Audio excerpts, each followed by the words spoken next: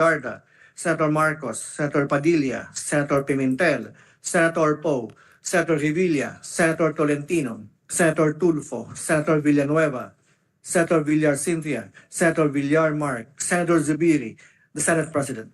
With 21 senators present, Chair declares the presence of a quorum. Majority Floor Leader.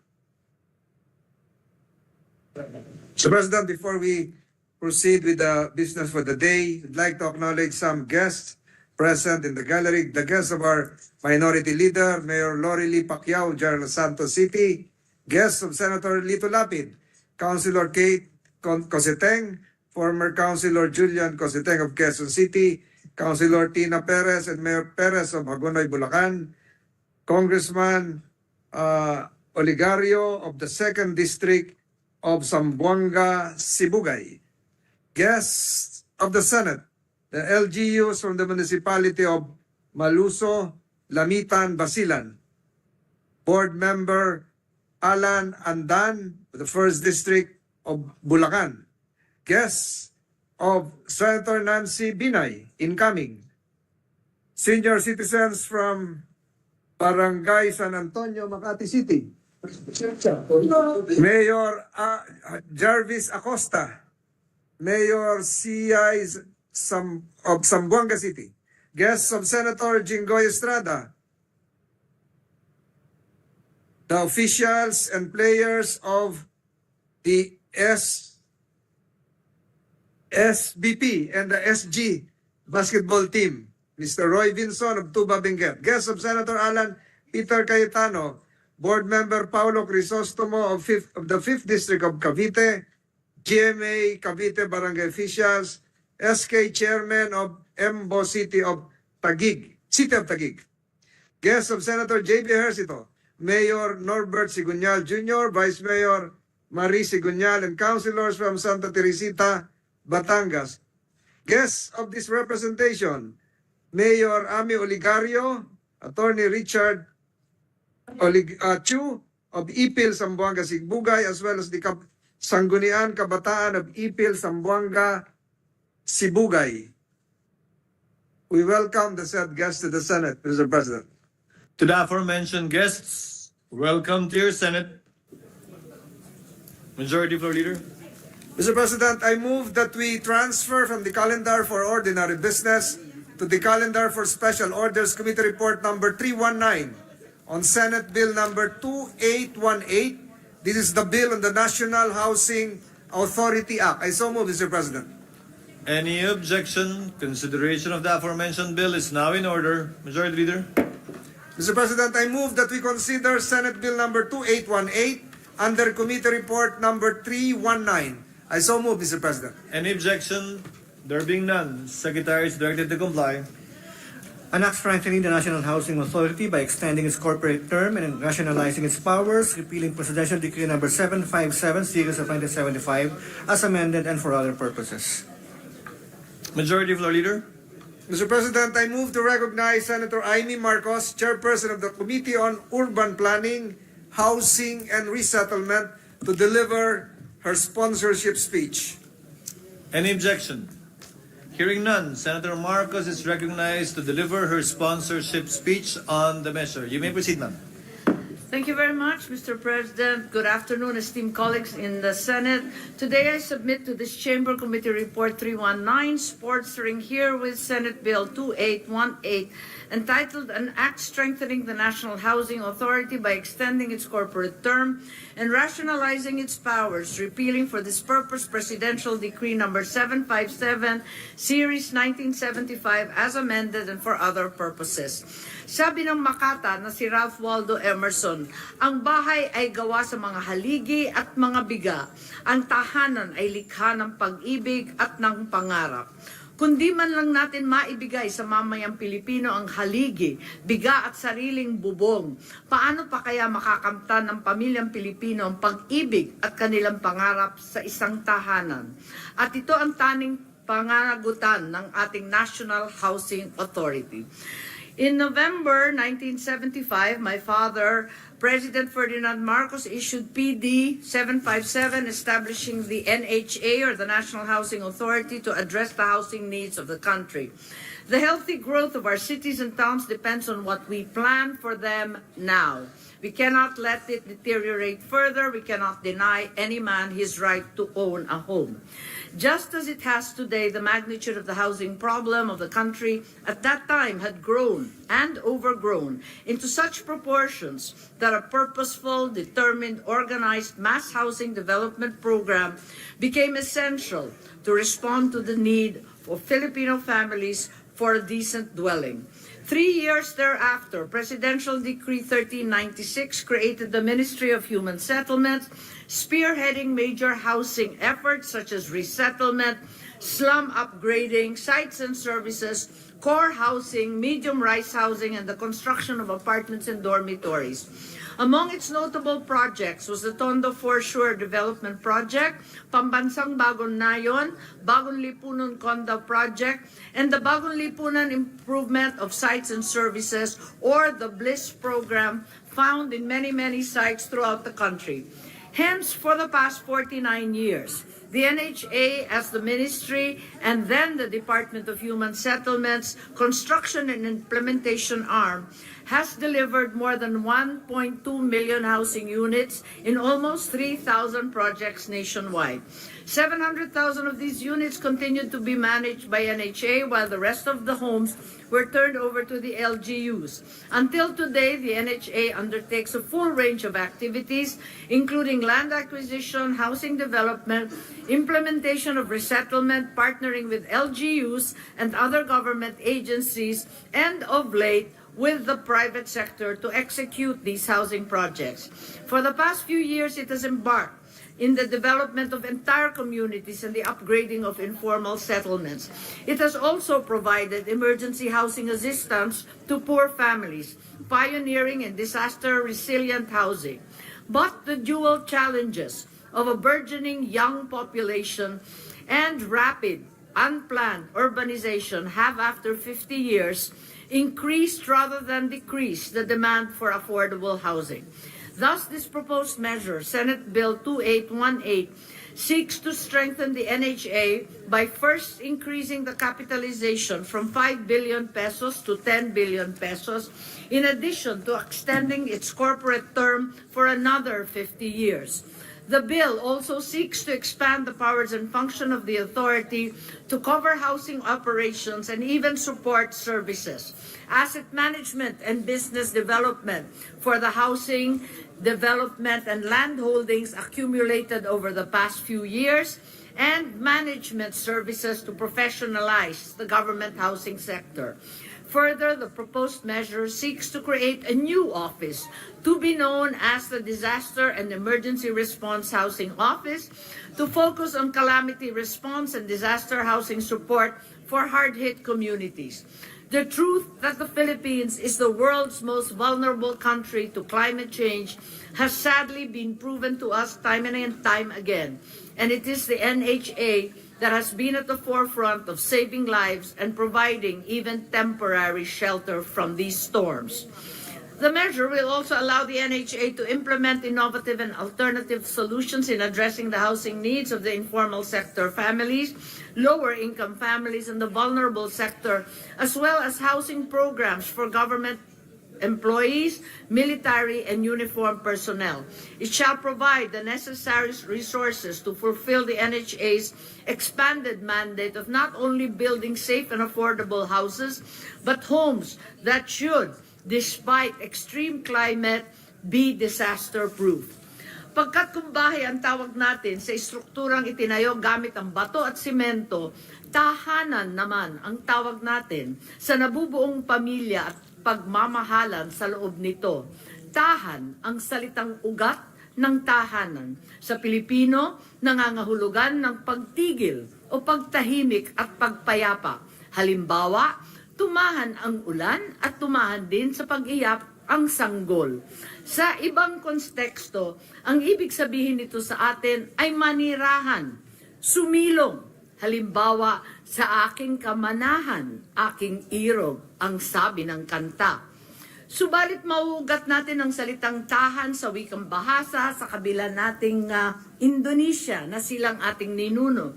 At sa kanilang wika, ang ibig sabihin ng tahan ay kumapit, magpakatatag, magpatuloy, to withstand, to endure, to hold on against all odds, for truly home is a shelter from storms, all sorts of storms.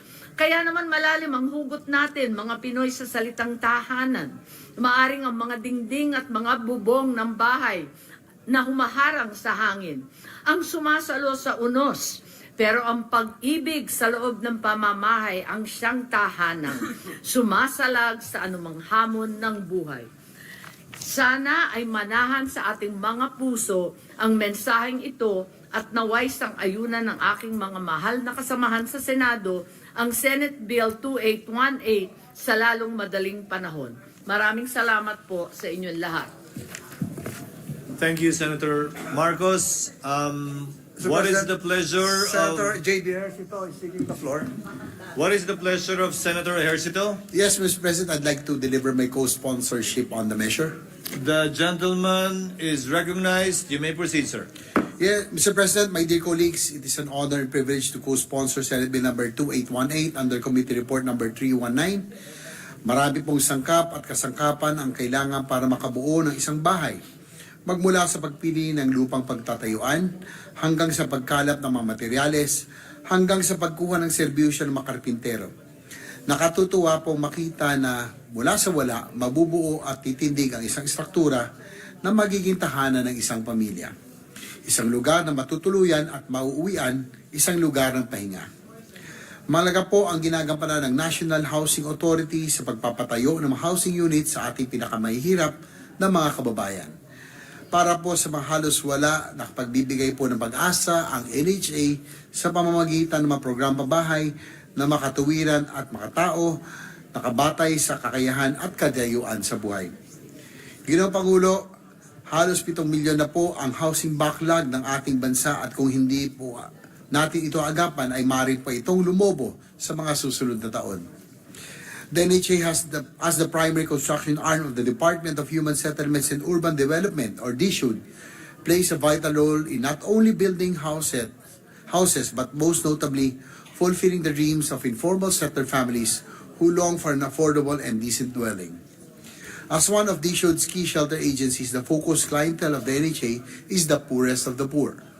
NHA serves as one of the pillars of the DSUD in providing the greatest number of houses to the greatest number of families in need of a shelter. Like any other structure, the loss of one of its columns might lead to an unstable foundation. That is why, Mr. President, dear colleagues, I appeal for the immediate passage of the proposed measure seeking to renew the corporate life of the National Housing Authority. Notwithstanding all the difficulties they have encountered in the past, I fervently hope that the NHA finds success and consider this as a rebirth of their agencies. Ginoong Pangulo, ang NHA po ay isa sa mga sangkap na kailangan ng DSUD para may ayos at magampanan ang kanilang tungkulin na makapagpatayo ng mga abot kaya at disenteng mga pabahay. Bigyan po natin ang pagkakataon ng NHA na magpatuloy ng makapagsilbi bilang kasangkapan sa pagpapatupad sa mga pangarap nating mga mahihirap na kababayang walang tahanan. Maraming salamat po, Ginoong Pangulo. Thank you, Senator Ejercito, Majority Leader.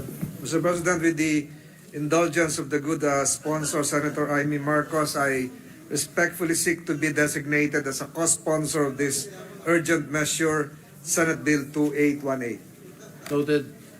And Mr. President, this representation would just like to insert into the records a copy of the sponsorship speech, Mr. President. The manifestation of the majority floor leader is duly noted and inserted into the record. Mr. President, I move that we suspend consideration of Senate Bill number 2818. Is there any objection? There being none, a motion is approved. Mr. President, I move that we resume consideration of Senate Bill number 2826 under Committee Report number 329. This is the bill enhancing the fiscal regime of the metallic mining industry. As so moved, Mr. President. Is there any objection? There being none, a motion is approved. The parliamentary status, Mr. President, is that having sponsored the measure, I move to open the period of interpellation and recognize the sponsor, Senator Joseph Victor Ejercito, and to interpellate the Honorable Minority Leader, Senator Aquilino Coco Pimentel III. Hearing no objection, period of interpellation is now in order. Senators Ejercito and Pimentel are hereby recognized.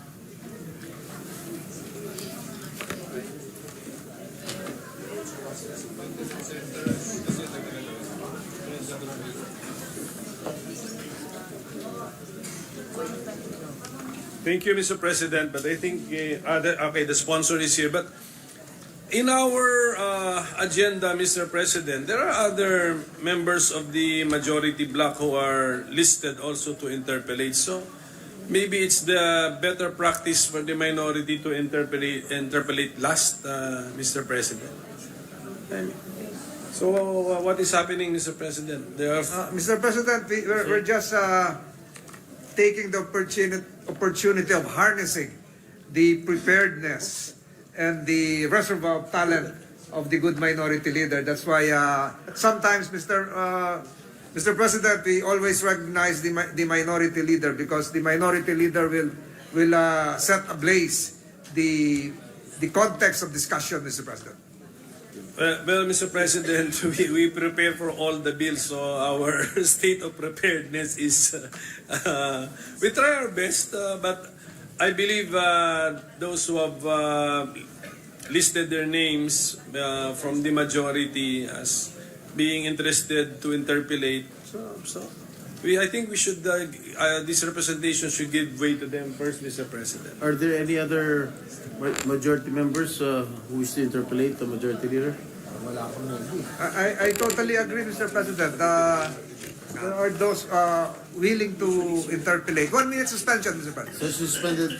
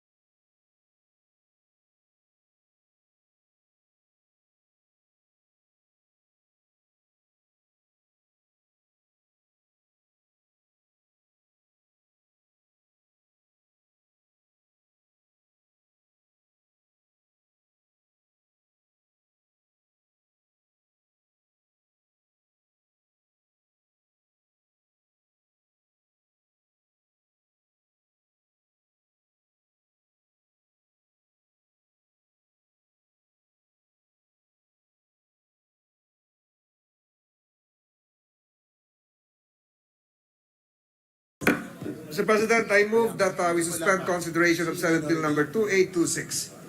Is there an objection? There being none, motion is approved. Mr. President, I move that we consider proposed Senate Resolution number 1075. This is the resolution commending and congratulating the strong group Pilipinas basketball team. I so move, Mr. President. So any objection? There being none, motion is approved. Thank you.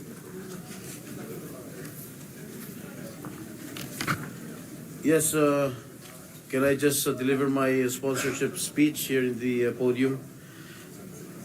To This, sponsor uh, the measure, yes, Mr. President. Yes. This representation is honored to sponsor the proposed Senate Resolution number 1075, commending and congratulating strong group Pilipinas basketball team for winning the championship title in the 43rd William Jones Cup men's event held from July 13 to 21, 2024 in Taiwan. We Filipinos, including this representation, embraced basketball as our national pastime. Sa bawat kanto at maliit na kalsada sa buong bansa, meron pong basketball court o kupunan naglalaro nito. Para sa maraming kabataan, basketball ang unang sport na kanilang natututunan. Kaya naman po, lubos na kasiyahan ng dulot ng pagkapanalo ng ating mga basketball teams sa international sports competitions. Sila po ay nagbigay ng karangalan para sa ating bansa at ang kanilang tagumpay ay naging simbolo ng husay at galing ng manlalarong Pilipino.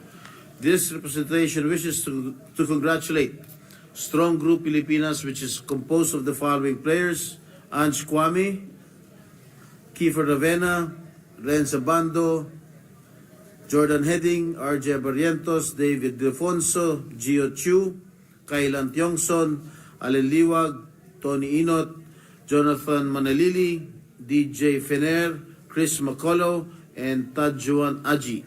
And head coaches Charles Chu and Rajko Toroman, and assistant coach Paolo Maligalig for their successful, undefeated 8-0 winning streak in the grueling 9 days Jones Cup tournament. The team managed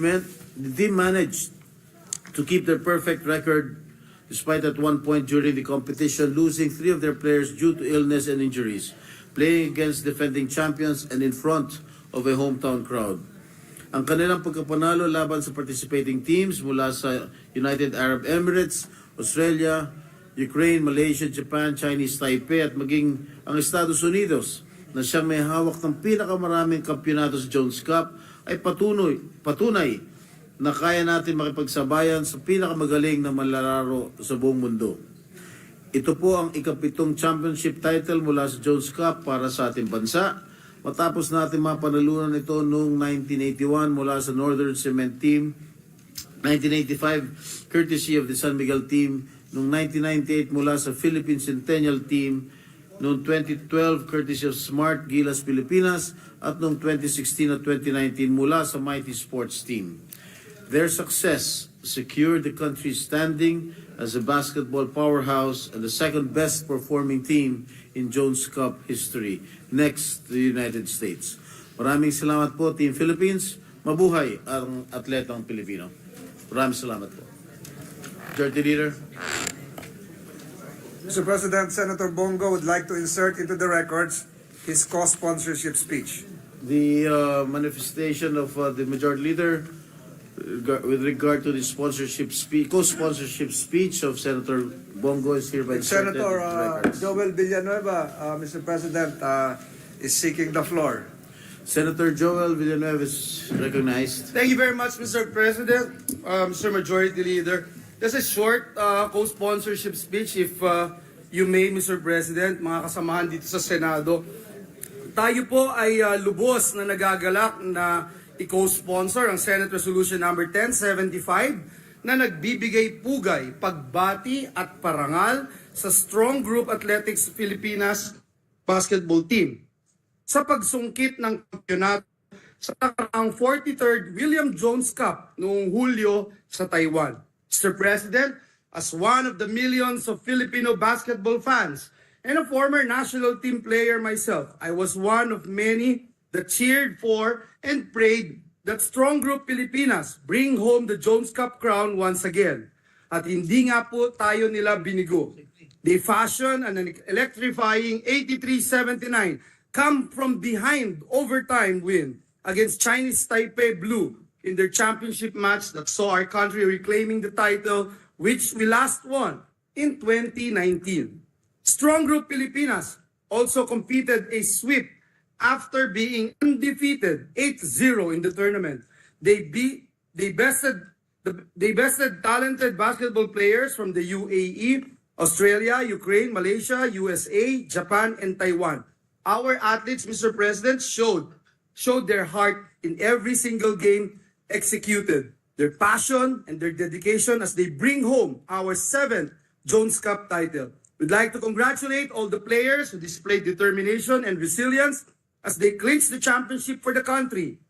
Ange Kwame, Dave Ildefonso, Allen Liwag, Winston Inot, Jonathan Manalili, Renz Abando, Kiefer Rabena, Chris Macaulay, R.D. Abarientos, Gio Chu, Jordan Heading, Tawan Adji, Kailan Chongson, and DJ Fenner. Binabati rin po natin ang coaching team na pinangungunahan ng ating head coach, ang ating kaibigan at matagal nang kasama sa larangan ng basketball, Coach Charles Chu at Coach Radko Toroman at team founder Mr. Frank Lau. Saludo po kami sa inyong lahat. Mabuhay po kayo at mabuhay ang Philippine basketball. Thank you, Mr. President, and God bless us all. Thank you, Senator Joel. The chair would also like to recognize the presence of Mr. Jacob Lau, the manager of the Strong Group Pilipinas. Welcome to the Senate. Majority Leader. Mr. President, no member wishes to interpolate or propose amendment. I move to adopt proposed Senate Resolution 1075, subject to style. So move, Mr. President. Any objection? There being none. Yes, resolution number 1075 is hereby adopted. Mr. President, with the permission of the body, I move that all present members of the Senate be made co-authors of this resolution. Duly noted. Mr. President, may I seek a 1-minute suspension to enable the members of the Philippine basketball team to have a picture with the major sponsor as well as the other members of the Senate. Session suspended for a minute.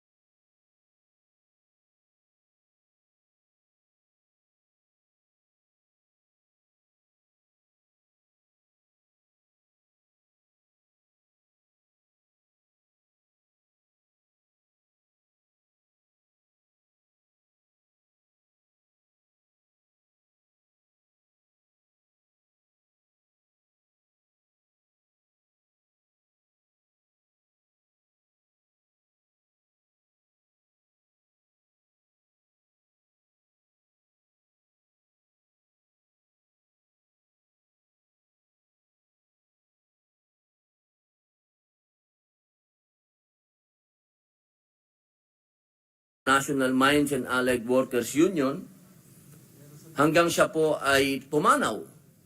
Kaya sa madaling salita po, Ginoong Pangulo, ako po ay lumaki sa minahan. Ang pinang-aral ko po ay galing sa minahan. Kami po ay binuhay ng minahan. Ngunit ang sitwasyon po ng minahan ngayon ay malayo po, Ginoong Pangulo, noong 1980s. Noong 1980s, merong benepisyo ang mga miners, may housing, merong silang pagpapaaral ng mga anak nila. Kompleto. Ngayon po, ano po ba ang estado ng mining corporation po sa Pilipinas? Yun po yung mga gusto nating itanong. Pangalawa, ang sabi po ng DNR, ang Pilipinas daw po ay merong 1.4 trillion na halaga ng gold reserve. Kasama na po dyan ang copper, ang nickel, ang chromate. Kung totoo po itong 1.4 trillion dollars na meron po tayong tinatawag na mga mina, yung resources, ilan po ba? Pagka i-compute po ito, 1.4 trillion dollars, magkano po ba ang dapat ang kita ng bansa dito kung ito po ay itatax natin diyan po sa panukala ng ating mahal na kasama? Yun po ang unang tanong, mahal na Ginoong Pangulo. Maraming salamat no, sa ating kasamahan na Pabinod Padilla. Alam ko naman na ikaw ay talagang pagdating sa mga indigenous people sa ating mga IPs ay talagang iyong pagtingin no, ay nandun at alam naman po natin sa kasalukuyang struktura no, ng ating pong mining industry. Meron pong department order na nagbibigay at nag-aalat ng not less than 1% para sa mga indigenous peoples, no? So not less than 1% sa ngayon, no? Pero po ito po yung nasa department order na section 16 on ancestral lands, no? Nandun po 'yon sa Mining Act. Actually nasa IRR po ito na not less than 1% of gross output dapat po ng mga mining companies ay ilaan po sa ating pong mga indigenous peoples o mga IPs. Pero sa ating pong bagong ito pong mining fiscal regime bill na ating pong minumungkahi, ang ating pong proposal ay imposition of a fixed IP royalty rate at 1% or 2%. So ito po yung ating pong minumungkahi na gawin pong fixed rate na 1% or 2%. So depende po yan sa ating pong mapagkakasundoan dito po sa ating pong plenaryo. Opo, napaka-ganda po nun, Ginoong Pangulo, dahil yan po yung nasasaad po sa IPRA law, talagang 1% nga po eh. Yun nga po ang medyo nakakalungkot din pong isipin, Ginoong Pangulo, sapagkat sa BARM, malinaw po sa BARM law, 5%. ang makukuha ng mga Bangsamoro ay nasa 5%. Pero pagdating po sa indigenous people natin ay 1%. Yun po ang hihilingin po sana natin na maging maisakatuparan po yung sinasabi po na 3% po ba ang narinig ko po ating pong Ginoong Pangulo? Actually, dodoblehin po natin kasi po sa kasalukuyang department order nasa not less than 1%. So sukala ay gagawin itong 2%. Dodoblehin po natin. Naku, malaking bagay na po yan, Ginoong Pangulo, sapagkat sa ating pong experience na pagiging chairman po ng komite ng cultural minorities, abay, napakalaki po ng problema sapagkat hindi po nakakasingil yung ating po mga katutubo. Pero ibang problema po yan. Opo, yan po ay tatalakayin natin sa ibang panukala. Ito pong, pamilyar po ba kayo sa ating pong datos ng DNR, yung oxalate, chromite, at iron sa halagang 132 billion. Habang ang kabuang naman ng ating export minerals,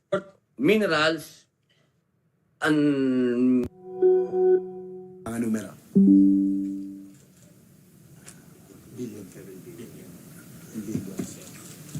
Ito po, ang noong 2021 po, nasa 40.19 billion.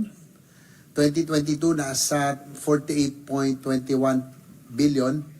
2023 ay 41.72 billion. So ito 2024 dahil hindi pa ho tapos.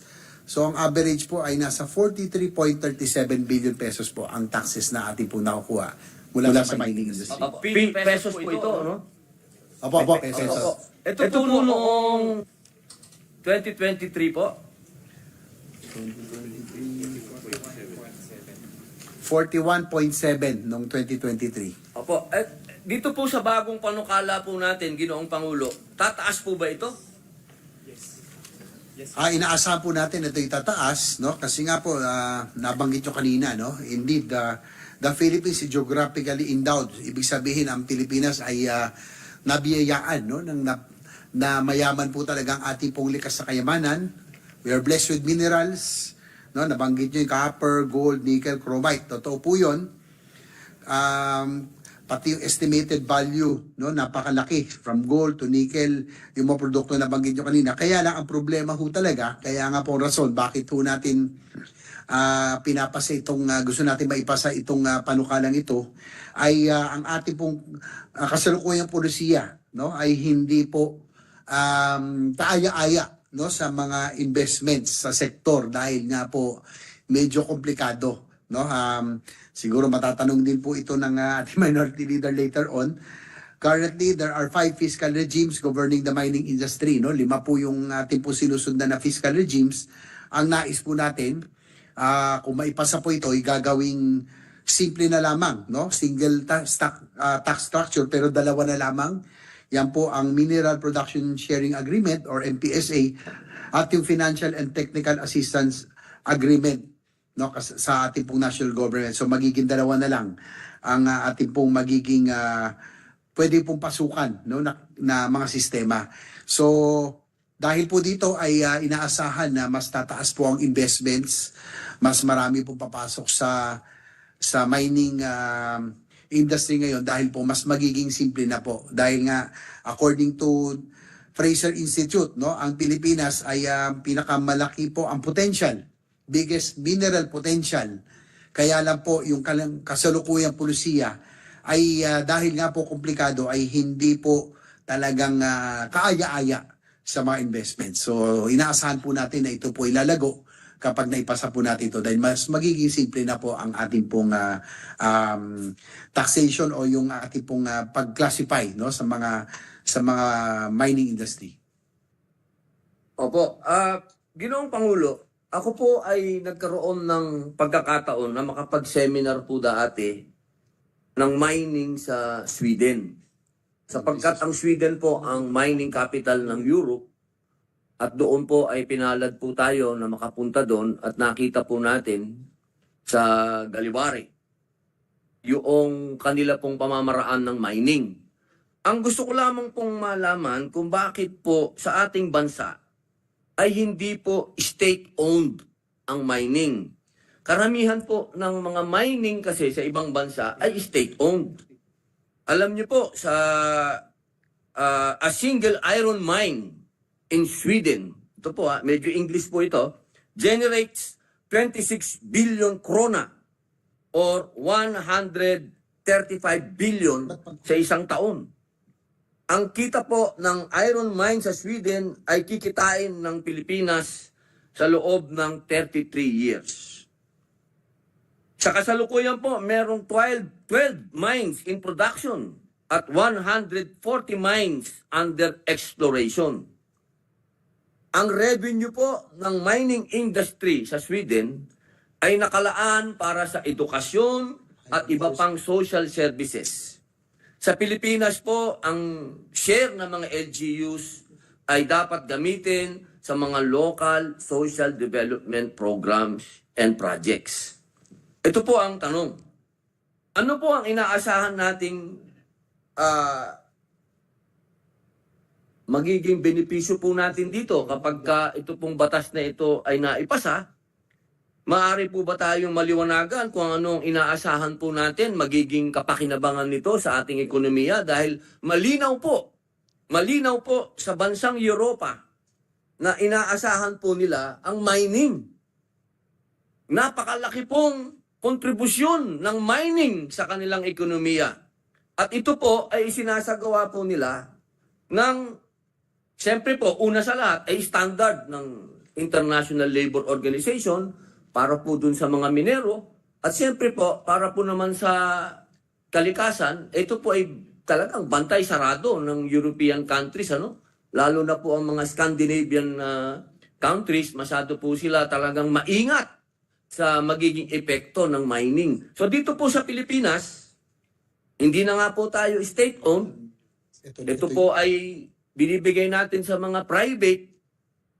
Paano po kaya? Ito po kayang batas na ito ay makikinabang na po ang taong bayan dito sa batas na ito, Ginoong Pangulo. Ito po ba'y sigurado na ang ating mga kababayan po ay katulad po dito sa Sweden, ano, nakalaan para sa edukasyon at Hindi natin social services.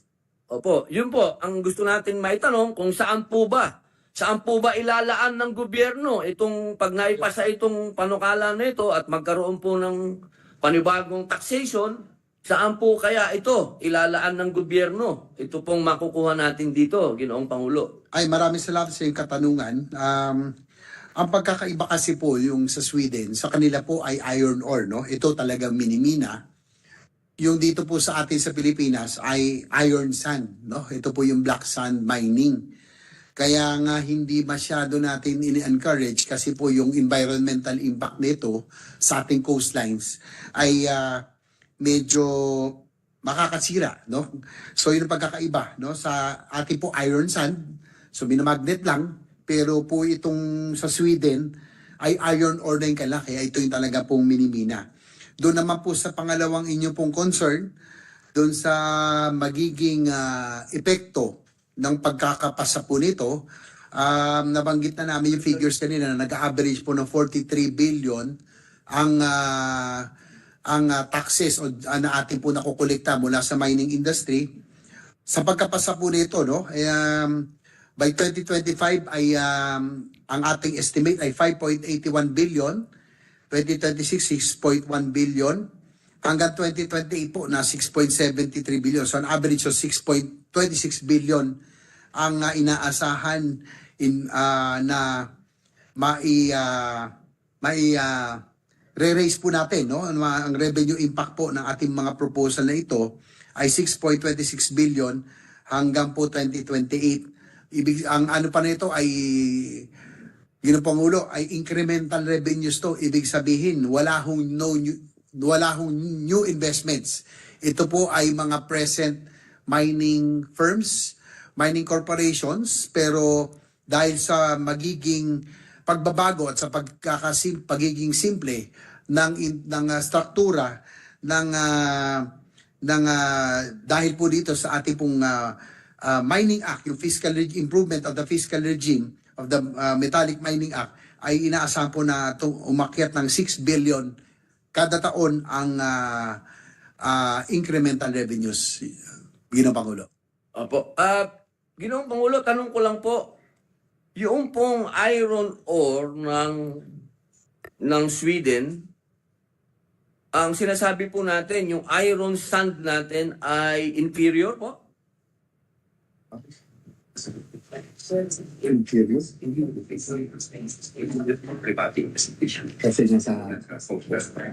Hindi naman po ibig sabihin nangangahulugan na ito inferior, kaya lang po ay sabi ng ating mga kasamahan ay ito po ay magiging problematic dahil nga po sa magiging epekto nito sa ating coastal areas, no? Masisira ang ating pong coastal areas at yung impact po nito, especially in the sa ating ecosystem at sa mga environment along the coast, talaga hong magiging masisira po talaga, no, matindi. Kaya nga po hindi ito masyadong itinutulak at hindi ito ini-encourage, no, ng ating pong mining industry. Ginoong Pangulo. Ginoong Pangulo, ito pong pinag-uusapan natin ay kasama po pati copper, nickel, chromate. Ilan po ba copper, nickel, chromate, at iron sand kung meron po?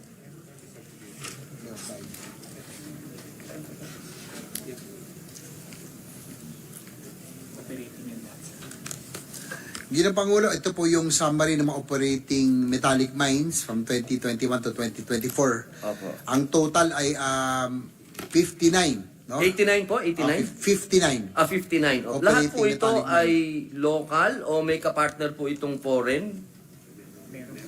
May iilang partner na foreign pero karamihan po rito ay local, no? Dahil yung pong sa FTA na tinatawag, yung pong kung saan pinapayagan po ang foreign 100% foreign ownership, kakaunti lang ho yun eh. Wala pang 4 lang ho ang pinayagan, pero 2 lang operating. So karamihan po rito ay talagang local, no? Ito po yung ano, no? Sa copper po ay 3 lamang po ang operating, sa gold 12, chromite 4, ang nickel ang pinakamarami 36 as of 2023. Ang iron po ay 4 lang din, so a total of 59 operating metallic mine projects sa ngayon, no? Ang may commercial operations sa kasalukuyan. Opo. Ito pong lahat ng nabanggit niyo po, ito po lahat ay yung tinatawag po nating sumusunod sa mining law. Maipasa itong Enhanced Fiscal Regime for Large-Scale Metallic Mining Act para nga po ma-update na rin po dahil magta-30 taon na, no, yung Mining Act of 1995 para din po maging ano na maging updated na rin po sa current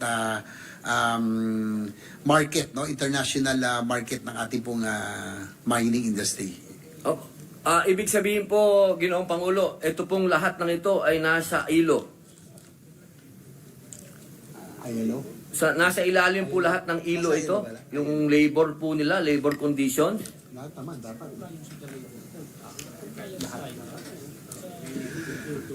Yes, Ginong Pangulo, dahil para po sila ipayagan pong mag-operate, they have to be in compliance with the International Labor Organization or ILO, no? Hindi po pwedeng may violation. Otherwise, sila po ay kung meron ay kinakailangan kung di man magmulta ay kinakailangan masuspende o masara kung talagang hindi po sila tumugon doon sa requirement ng ILO.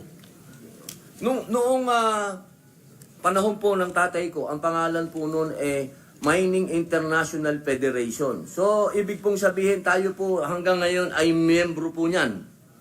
Member tayo. International Mining Federation. Ito pong mga minahan na nabanggit. Ito po ba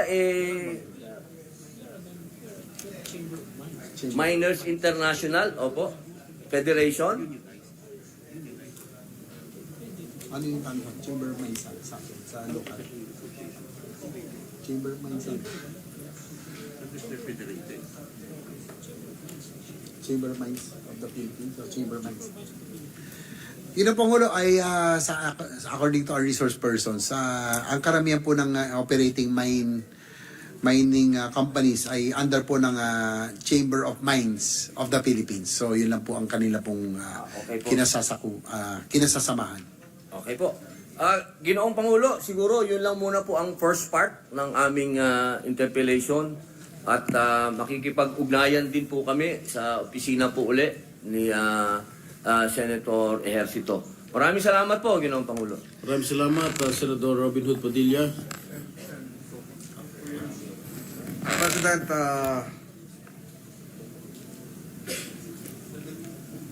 the minority leader is seeking the floor to interpellate likewise after the suspension of the interpellation of Senator Robin Hood Padilla. The Minority Floor Leader, Senator Pimentel, is recognized to interpolate. Thank you, Mr. President. We just want to take advantage of the fact that the resource persons are here, Mr. President. Yes, thank you. Our minority leader, actually, I would just like to name them because you might ask for them. Yes. We are led by Assistant Secretary Carlo Adriano of the Department of Finance, who's incidentally celebrating his birthday. Dapat nakalip siya ngayon, but I requested him to come because I know that you're scheduled to interpolate, Your Honor. Attorney Ron Requidoro, Chamber of Mines of the Philippines. Mr. Romeo Bachoco, Philips Mining. Attorney Edgar Alan Reyes of the BIR, Attorney Tobias Gavin Arcilla of the BIR, Attorney Francis Joseph of Felix Mining, and Attorney Axel Tumulak, Your Honor. So we are the DOF and the BIR and the Chamber of Mines are well represented this afternoon. Thank you, Mr. President. And if I may proceed with the permission of our sponsor.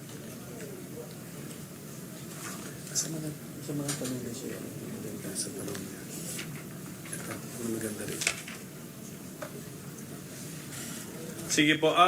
Mr. President, we are amending a section in the NIRC, right? Not the Mining Act. That is correct, Your Honor. Okay. Pero kasi in the previous interpellation, there was a comment that the Mining Act is already an old law and may be in need of updating also. Tama po ba yan? Yes, Your Honor, it's a 30-year-old law, so probably after we pass this, we can probably look into the amendment to the Mining Act of 1995 just to keep it updated. So yung sa section, anong section ng NIRC po ba ang ano? Section 151 of the NIRC. Yan po yung main provision of law that we are touching in this measure. Tama po ba yan?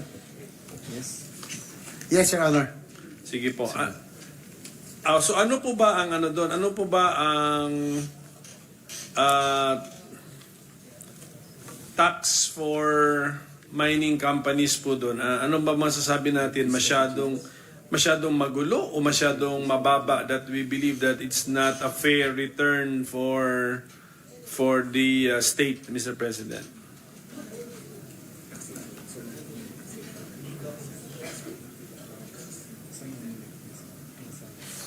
Hindi. Yung 151 is the excise tax, not the corporate income tax. So, iba pa. Inter-corporate income tax, ginagawa rin, di ba? Your Honor, Mr. President, according to our resource person, Asik Adriano, that in the mining code, it is already included, no? There are certain parts, there are provisions, they're already on taxation, but we intend to put all together in this bill, no? And just to put it in the tax code, Your Honor, Mr. President. And kanina nasabi nyo, no, that ano bang problema rito, magulo. Yes, Your Honor, as I mentioned earlier in the earlier interpretation, that the Philippine mining industry has a very big potential, no, considering that we are geographically endowed with abundant mineral. But the problem is that our current policies do not encourage investments kasi nga po medyo complicated. At present, there are 5 fiscal regimes governing the mining industry, namely the Mineral Production Sharing Agreement, or the MPSA, the MPSA in Ancestral Domain, number 2, number 3, the MPSA in Ancestral Domain and in Mineral Reservation, number 4, the Financial and Technical Assistance Agreement, or the FTAA, and number 5, the FTAA in Ancestral Domain with cost recovery. So 5 po, no? At present, yung fiscal regimes that is governing the mining industry. So we are hoping to make it to simplify and magkaroon na lang po ng dalawa, no, na yung Mineral Production Sharing Agreement, MPSA, and Financial Technical Assistance Agreement, or FTAA. So yung 5 mineral ano ba tawag doon? Agreements, no? Mineral Fiscal agreements. regimes. Mineral fiscal regimes. May kanya-kanyang rules yon, yung 5. Now, now under our measure, magkakaroon ng we will recognize two mining regimes, one for MPSA and another one for FTAA. Tama po ba yun?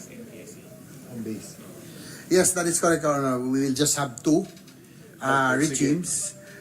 But yung pinaka-base taxation, Your Honor, Mr. President, is the MPSA. So, may dalawa. What does that mean, Mr. President? Pinaka-base na taxation? I mean, Basically, they pay all the national taxes.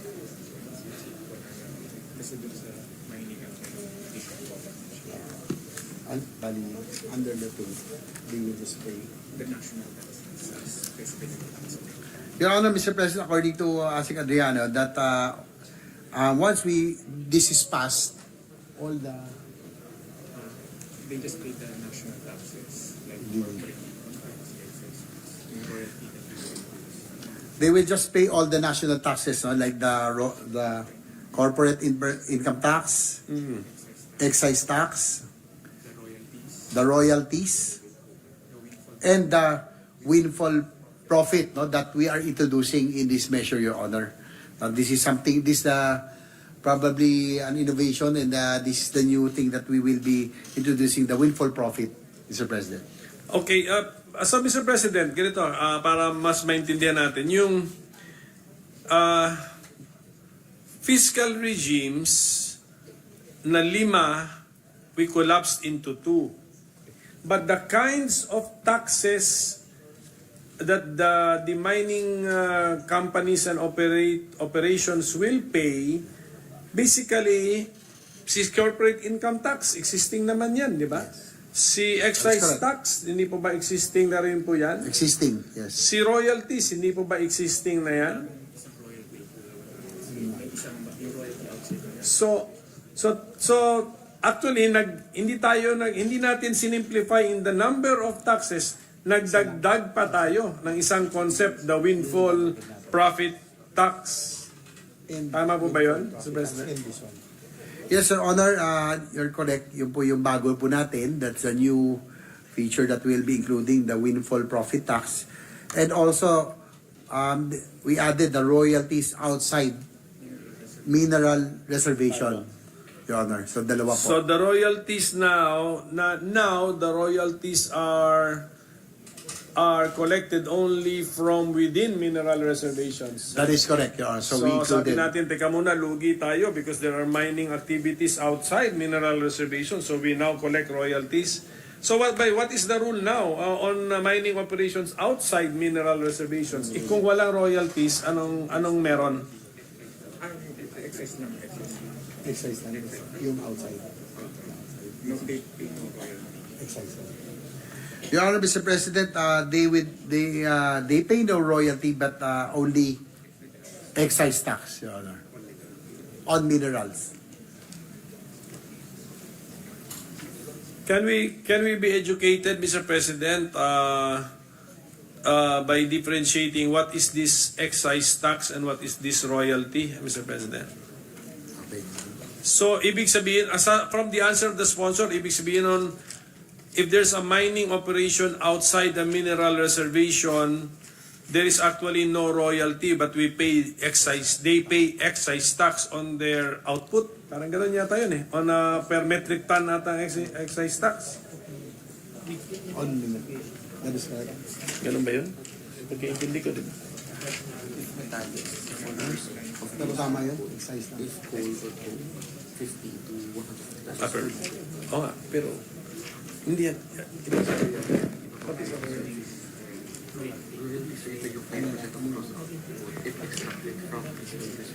So, maganda yun. Hindi sinabi.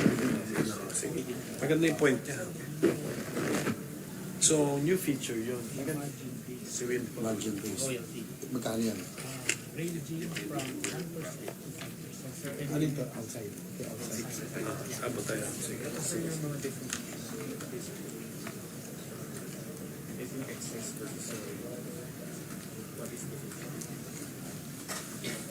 Your Honor, regarding your query, the definition of royalty and excise, the Philippine Mining of 1990 does not provide a specific definition of royalty. However, based on the context intent of it can be inferred that royalties are payments made to the government as compensation for the extraction of mineral resources. So these payments are typically calculated as a percentage of the total income generated from the sale of minerals. Okay. Sige, tama.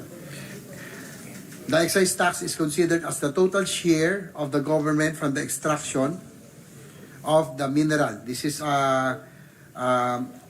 in section 80, no? So So matagal lang. it's the total share. Ang excise tax is considered Yes. a share. Says again, section 80 says excise tax is considered as the total share of the government from the extraction of the mineral. However, the common definition of an excise tax is a tax levied on a specific good or service wherein the consumption of this good or service produces negative externalities. Example, such goods that impose negative are cigarettes, alcohol, sweetened beverage, and the like. You know. Ba't nasama natin ang mineral extraction, Mr. President? Bakit nasama sila? Dahil Because of its disruption Section 80. of the natural state of things, Mr. President. Yun siguro. Environmental disturbance. Yes, because of its effect on our environment, Your Yes, Honor, Mr. okay. President. So thank you for that, Mr. President. Maganda. So may mga bago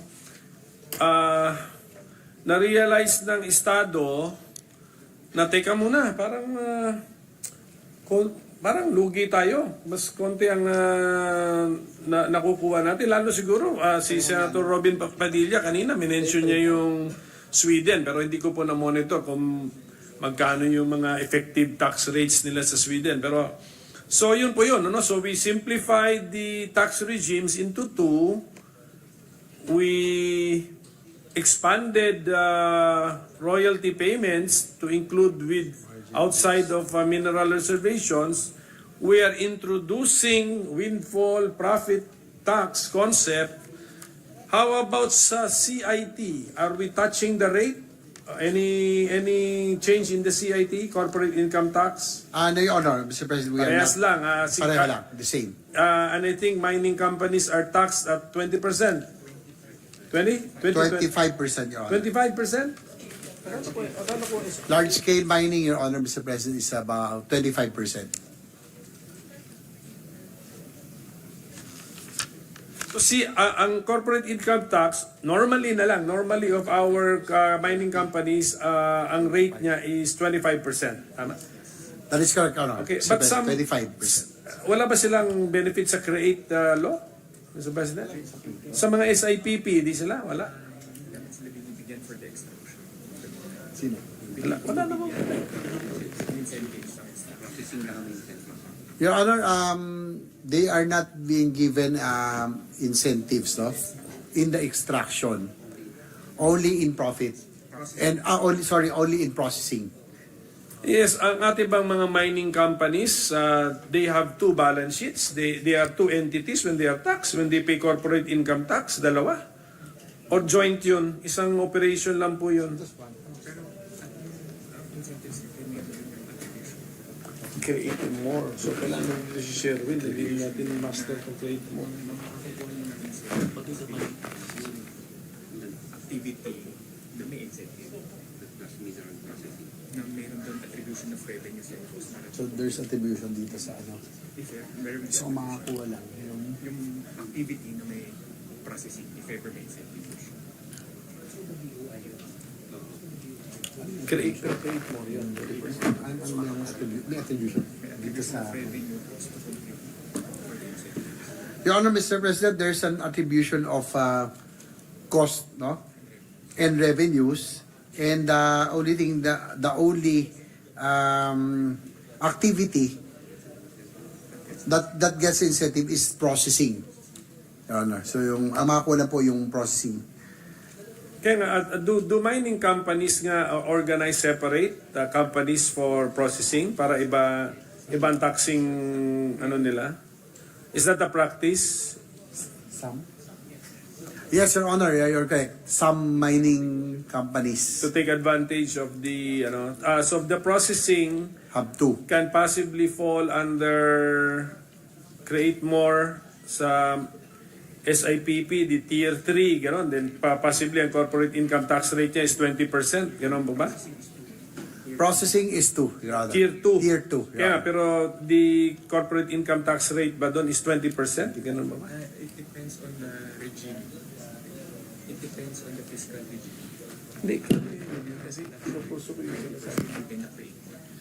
Your Honor, Mr. President, it depends on the regime. But with an enhanced deduction regime, under Create More, it will be about 20%, Your Honor, Mr. President. 20% under Create More. Otherwise, it will be, the normal is 25%. Sige po, basta ang information po natin ngayon na nakukuha is pagdating sa corporate income tax rate for our mining companies, there is no big change in this measure. Okay, Yes, klaro? that is correct. Sige. Pagdating po sa excise taxes imposed on mineral products, meron po bang pagbabago dito po sa ating panukalang batas? Your Honor, Mr. President, according to our support staff, it's only the same. Same din. It's Okay. 4%, Your Honor. Parang Of gross output. depending on the type of Output. mineral ata, if certain mineral, per percent of 4% of gross output, Your Honor. it's all minerals, all type of metallic minerals. Yes, Your Honor, irrespective of type, all minerals. Kapag coal or coke, 50 to 150 pesos sir, per Hindi. Okay. So thank you for that, Mr. President. And then okay, so any other? Kasi maganda na po to na we have identified 4 types of tawagin na lang natin taxes ito. Any other tax applicable on metallic mining which is existing and or new under the bill? Well, Your Honor, it's, as I mentioned earlier, is the windfall tax Okay na yun. and yung pong royalty outside. Oh, okay na po yun. Yeah. So yun lang po ang main natin. Para ma-inform po tayo. Ngayon,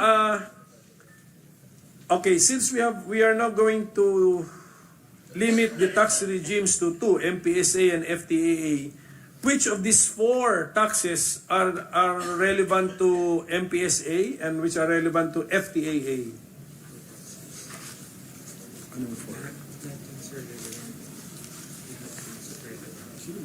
Ayun kanina.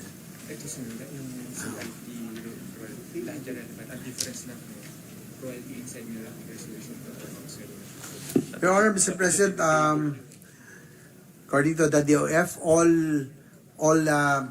taxes are relevant, no, to the two to the 2 fiscal regimes that we will be that we are currently proposing, Your Honor. Mr. Thank President. you, Mr. President. And then, can we differentiate, Mr. President, the MPSA from FTAA?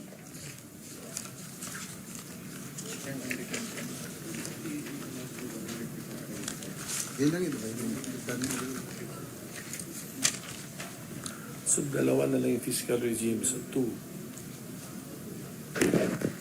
Mr. President, an MPSA or the Mineral Processing Sharing Agreement is a type of mineral agreement whereby the government grants the contractor the exclusive right to conduct mining operations. So the main difference, ang MPSA, the contractor should at least be 60% Filipino-owned. Yung FTA, meanwhile, the Financial Technical Assistance Agreement may be entered between a contractor and the government for the large-scale exploration, development, utilization of the mines. But in contrast to the MPSA, FTA allows 100% participation with the foreign contractor, providing all financial, technical, and entrepreneurial resources. And FTA requires the approval of the President of the Republic, Your Honor.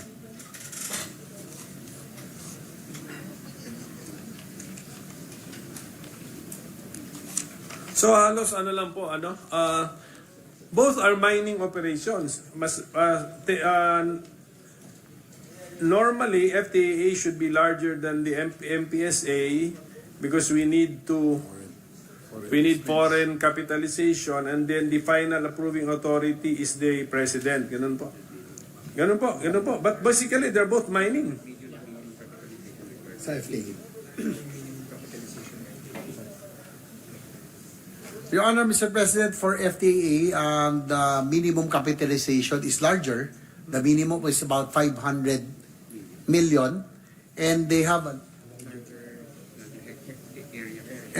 larger area. May we have an idea on mga more or less ano yung mga Gaano kalaki? grants?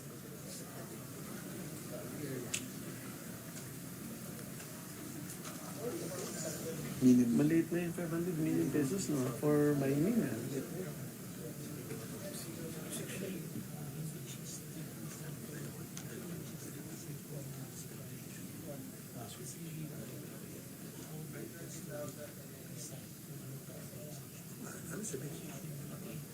Pero yung area wala na, hindi sinabi natin. Hindi, ito, Ay, hindi ba iba? for MR yung mineral resolution, this time may outside na. Dinagdagan nila. So, okay. More of the capital.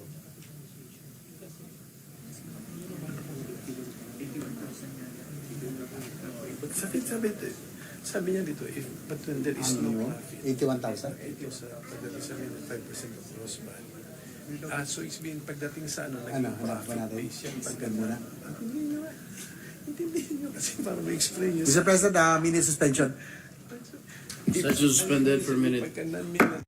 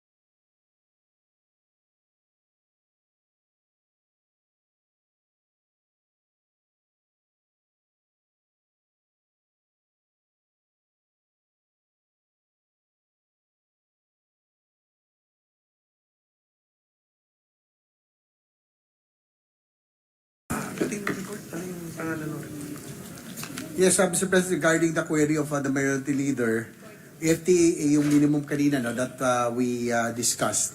It's about 81,000 hectares for FTA and they are engaged in more difficult mining projects. For example, deep-seated mining sites, so yung 2 kilometers underground, which needs large capitalization. That's why the minimum requirement is 500 million for FTAA, which most itong mga difficult mining projects which most domestic mining companies cannot undertake. So yun po yung for FTAA. And then for the main difference for MPSA and FTAA, the government has with FTAA the government has a minimum government share of 50%, yung minimum Sa FTA. FTAA. So for example, kung 46% lang ang share, the entity has to may top up. Kailangan po niyang punuin ng 4% para maging 50%. So minimum guaranteed na po yung 50% government share honor with FTAA. So, yung 50% government share, that's in the form of royalty, di ba? So, All taxes paid, Your Honor, Mr. President. in lieu of all taxes, you know what I mean? All taxes. What is it? May we know that? May we know na lang the legal basis for that minimum government share of 50% in FTAAs, Mr. President? Sige pa. Para masilip din po namin. What would be our legal basis in saying this, Mr. President?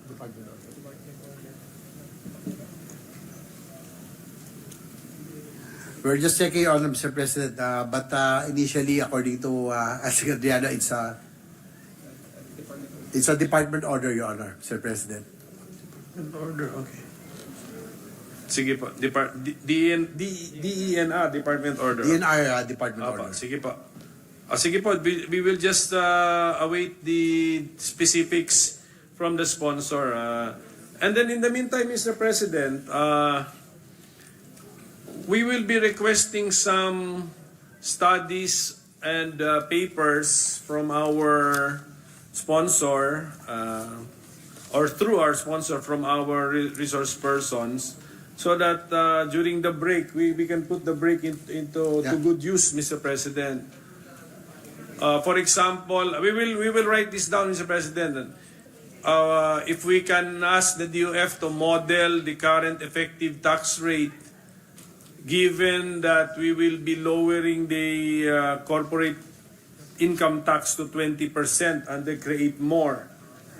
Check na lang natin if I'm really correct kasi yung ang analysis namin magti 20% sa create more eh.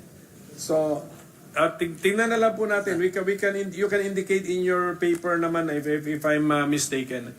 And then if we can request for a paper on the global practices in terms of taxation with respect to the processing of minerals. Iba to, di ba? Kasi ito parang extraction ito. We're talking about taxing the extraction eh. That is correct. Let us not forget also the processing.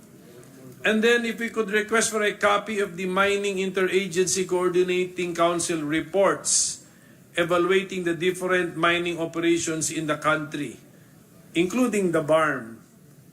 Pero does the DOF resource person confirm that there is such a report? Meron? Kanino to? It's an interagency coordinating council. Sino may hawak mo nito? Your Honor, Asik Adrian said that he's not sure if it's already out, but he knows that there is a draft already regarding BARM, Your Honor. But he's not sure if it's out already or official. Sige po, as soon as possible. Kasi we just want to take advantage of the break. Para hindi sayang yung break natin. So pagbalik po natin, we are better prepared and we better understand the measure. So with that, Mr. President, with the permission of our sponsor, if we could suspend our interpellation until we come back from our October break, Mr. President. Thank you, Senator. Thank you. We'd like to thank Mr. President. I'd like to thank the Minority Leader. Majority Leader. Department order. Kuha na lang tayo. Mr. President, I move that we suspend consideration of Senate Bill number 2826. Is there any objection? There being none, the motion is approved. Mr. President, I seek a 1-minute suspension. Session suspended.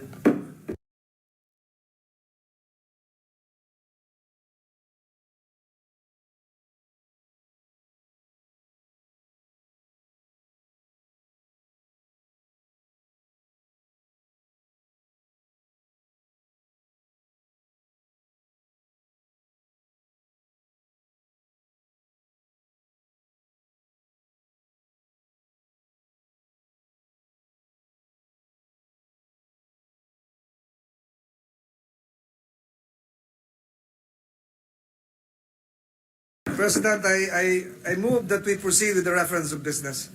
Secretary, please read the reference of business. Message from the House informing the Senate that on 4 September 2024, it passed the following House bills in which it requests the concurrence of the Senate. House number 10730, providing for the modernization of the Philippine Institute of Volcanology and Seismology and appropriating funds therefore. Science and Technology, Ways and Means and Finance. House number 10773, converting the Extension Office of the LTO in Sanchez Mira, Cagayan into a regular district office and appropriating funds therefore. House number 10774, upgrading the classification of the Partido District Office of the LTO in Tigaon, Camarines Sur from Class D to Class C, appropriating funds therefore. 10775, converting the Extension Office of the LTO in Bayambang, Pangasinan into a Class C District Office, appropriating funds therefore. 10776, converting the Extension Office of the LTO in Rodriguez Montalban, Province of Rizal into a District Office to be known as the LTO Montalban District Office, appropriating funds therefore. 10777, upgrading the District Office of the LTO in Lawag City, Ilocos Norte into a Class A District Office, appropriating funds therefore. 10778, upgrading the District Office of the LTO in Agoo, La Union from Class C to Class B and appropriating funds therefore. 10779, establishing an Extension Office of the LTO in San Pascual, Batangas, appropriating funds therefore. 10780, upgrading the offices of the LTO in Baguio City by converting the LTO District Office into a Class A District Office and the LTO Licensing Center into a regular Class B, providing positions thereto, appropriating funds therefore. 10781, converting the LTO Extension Office in Buug, Zamboanga, Sibugay into a regular LTO District Office, appropriating funds therefore. 10782, upgrading the District Office of the LTO in Ligao City, Albay, from Class D to Class A, appropriating funds therefore. 10783, establishing an LTFRB office in Olongapo, Province of Zambales, appropriating funds therefore. 10784, upgrading the District Office of the LTO in Alaminos, Pangasinan from Class D to Class B, appropriating funds therefore. 10785, converting the Satellite Office of the LTO in San Jacinto, Ticao Island, Province of Masbate, into a regular district office, appropriating funds therefore. Public Services and Finance. House number 10764, naming the road commencing from Barangay San Juan at the Ormoc City Diversion Road, traversing Barangay San Juan, Lao, and Naungan until it adjoins the Naungan Coastal Road in the city of Ormoc, Leyte as the Dominador Gomez Diversion Road. Public Works. Letter from the House informing the Senate that on 4 September 2024, it ratified the Conference Committee report on the disagreeing provisions of House number 6574 and Senate number 2200 on the Act promoting mental health and well-being in basic education by institutionalized and school-based mental health programs, establishing care centers, prescribing the creation of new plantilla positions of mental health specialists and mental health association in the Department of Education, appropriating funds therefore and for other purposes. Archives. Letter from the House informing the Senate that on 4 September 2024, it concurred with the Senate amendments to the following House bills: House number 9335, 9623, 9624, and House number 8426. Archives. Letter from the House informing the Senate that on 9 September 2024, it designated Representatives Go, Mercado Revilla, Roque, and Bordado Jr. as conferees of the Conference Committee on the disagreeing provisions of House Number 7400, 6523, and Senate Number 2587 on strengthening the enterprise-based education and test training framework and appropriating funds therefore. Archives. Letter from the House informing the Senate that on 9 September 2024, a designated Representative Sing Son Mihan, Valmayor Jr., Alvarez, Salceda, Mercado Revilla, Veloso Tuason, and Dasas conference to the Conference Committee on the disagreeing provisions of House Number 9662 and Senate Number 2450, establishing a framework for blue economy, promoting stewardship and sustainable development of coastal and marine ecosystems and resources. Rules. Letter from the House informing the Senate that on 9 September 2024, it designated Representatives Go, Ecleo, Roque, and Magsino as conferees to the Conference Committee on the disagreeing provisions of House Number 9978 and Senate Number 1864, providing for a moratorium on the payment of student loans during disasters and other emergencies. Rules. Letter from the House informing the Senate that on 9 September 2024, it adopted Senate Number 2690 as an amendment to House Number 7986, declaring August 1 of every year special working holiday to be known as the promulgation of the Solemn Declaration of Philippine Independence. Archives. Letter from the House informing the Senate that on 9 September 2024, it designated Representatives Salceda, Swansing, Haresco Jr., Lagon, Vergara, Reyes, Kimbo, Cua, Cruz Jr., and Lago as conferees to the Conference Committee on the disagreeing provisions of House Number 9794 and Senate Number 2762, amending Sections 27, 28, 32, 34, 57, 106, 108, 109, 112, 135, 237, 237A, 292, 293, 294, 295, 296, 297, 300, 301, 308, 309, 310, and 311, and adding new sections 135A, 295A, and 296A of the National Internal Revenue Code as amended and for other purposes. Archives. Letter from the House informing the Senate that on 9 September 2024, it ratified the Conference Committee report on the disagreeing provisions House Number 9034 and Senate Number 2665, authorizing the President of the Philippines to establish the archipelagic sea lanes, prescribing the obligations of foreign ships and aircraft exercising archipelagic sea lanes passage through the designated archipelagic sea lanes and other purposes. Archives. Additional reference of business, Senate Number 2835, an act mandating the establishment of a population development office in all provinces, cities, and municipalities, amending for the purpose Section 488A of RA 7160 as amended, introduced by Senator Lapid. Local government. 2836, strengthening the governance and management of the Philippine Science High School system and appropriating funds therefore, Senator Lapid. Science and Technology, Ways and Means and Finance. Resolutions. Proposed Senate Resolution 1206 congratulating and commending Senator Pia S. Cayetano and Padel Pilipinas for winning the group stage championship and the overall silver medal in the Asia Pacific Padel Cup held on 19 to 22 September 2024 in Bali, Indonesia. Senator Escudero. Rules. 1207 congratulating and commending the Philippine women's chess team for winning at the 45th FIDE Chess Olympiad held in Budapest, Hungary on September 22, 2024. Senator Lapid. Rules. Committee Report 331, jointly by the Committees on Government, Corporations, and Public Enterprises and Energy on Senate Number 2837, with Senators Ejercito, Tulfo, Villar M., and Cayetano P. as authors.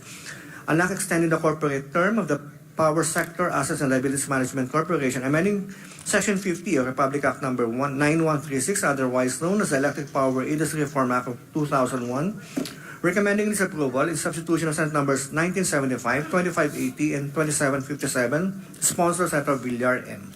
Ordinary business. Second additional reference of business, messages from the House. Letter from the House informing the Senate that on 10 September 2024, it passed the following House bills in which it requests the concurrence of the Senate. House Number 10805, converting the Extension Campus of the Southern Luzon State University in Gumaca, Quezon, into a regular campus and appropriating funds therefore. Higher Technical and Vocational Education and Finance. House Number 10820, converting the Southern Philippines Agribusiness and Marine Aquatic School of Technology in Malita, Davao Occidental into a state university and appropriating funds therefore. Higher Technical and Vocational Education, Ways and Means and Finance. 10822, converting the Guimaras State University, Mosqueda, and Baterna Extension campuses in the municipality of Jordan and San Lorenzo, respectively, both in Guimaras into regular campuses and appropriating funds therefore. Higher Technical and Vocational Education and Finance. 10772, improving the delivery of socialized housing programs, amending for the purpose sections 10, 18, and 20 of RA 7279 as amended by RA 10884, otherwise known as the Balanced Housing Development Program Amendments. Urban Planning, Housing and Resettlement, Ways and Means. House number 10804, an act granting Philippine citizenship to Job Kalarakal Omen. Justice and Human Rights. Letter from the House informing the Senate that on 11 September 2024, it designated Representatives Envergas, Juancin Cruz Jr., Violago, Panaligan, Estrella Kimbo, Emano, and Lee as conference of the Conference Committee on the Disagreeing Provisions of House number 10381 and Senate number 2779, amending RA 8178 or the Agricultural Tarification Act as amended by RA 11203. Rules. Letter from the House informing the Senate that on 10 September 2024, it ratified the Conference Committee report on the disagreeing provisions of House number 9794 and Senate number 2762, amending sections 27, 28, 32, 34, 57, 106, 108, 109, 112, 135, 237, 2378, 292 to 297, 300, 301, 308, 309, 310, and 311. And adding new sections 1358, 295A, and 296A of the National Internal Revenue Code as amended and for other purposes. Archives. Letter from the House informing the Senate that on 10 September 2024, it ratified the Conference Committee report on the disagreeing provisions of House number 7400, House number 6523, and Senate number 2587, an act strengthening the enterprise-based education and training framework and appropriating funds therefore. Archives. Majority Leader.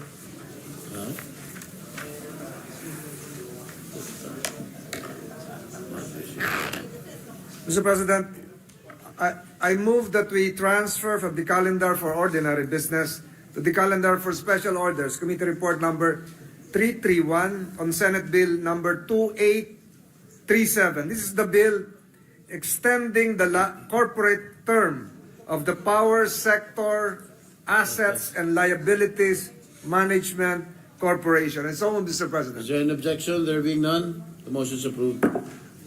Mr. President, I move that we consider Senate Bill number 2837 under Committee Report number 331. Is there an objection? There being none, the motion is approved. Consideration of Senate Bill 2837 is now in order. The Secretary will read only the title of the bill without prejudice to inserting into the record the whole text thereof.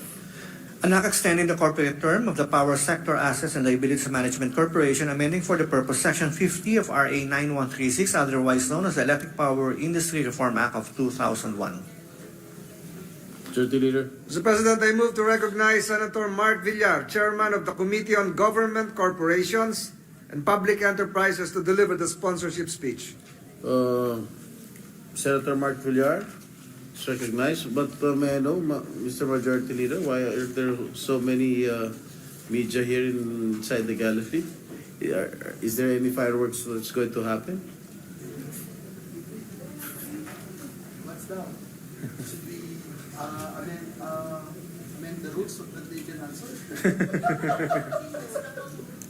That's the motion. Anyway, please proceed, Senator Mark. I guess exciting pala itong PISAM bill natin. What is the bill about? Anyway, Mr. President, dear colleagues, I stand before you to seek your support for the extension of the corporate life of the Power Sector Asset and Liabilities Management, or PISAM.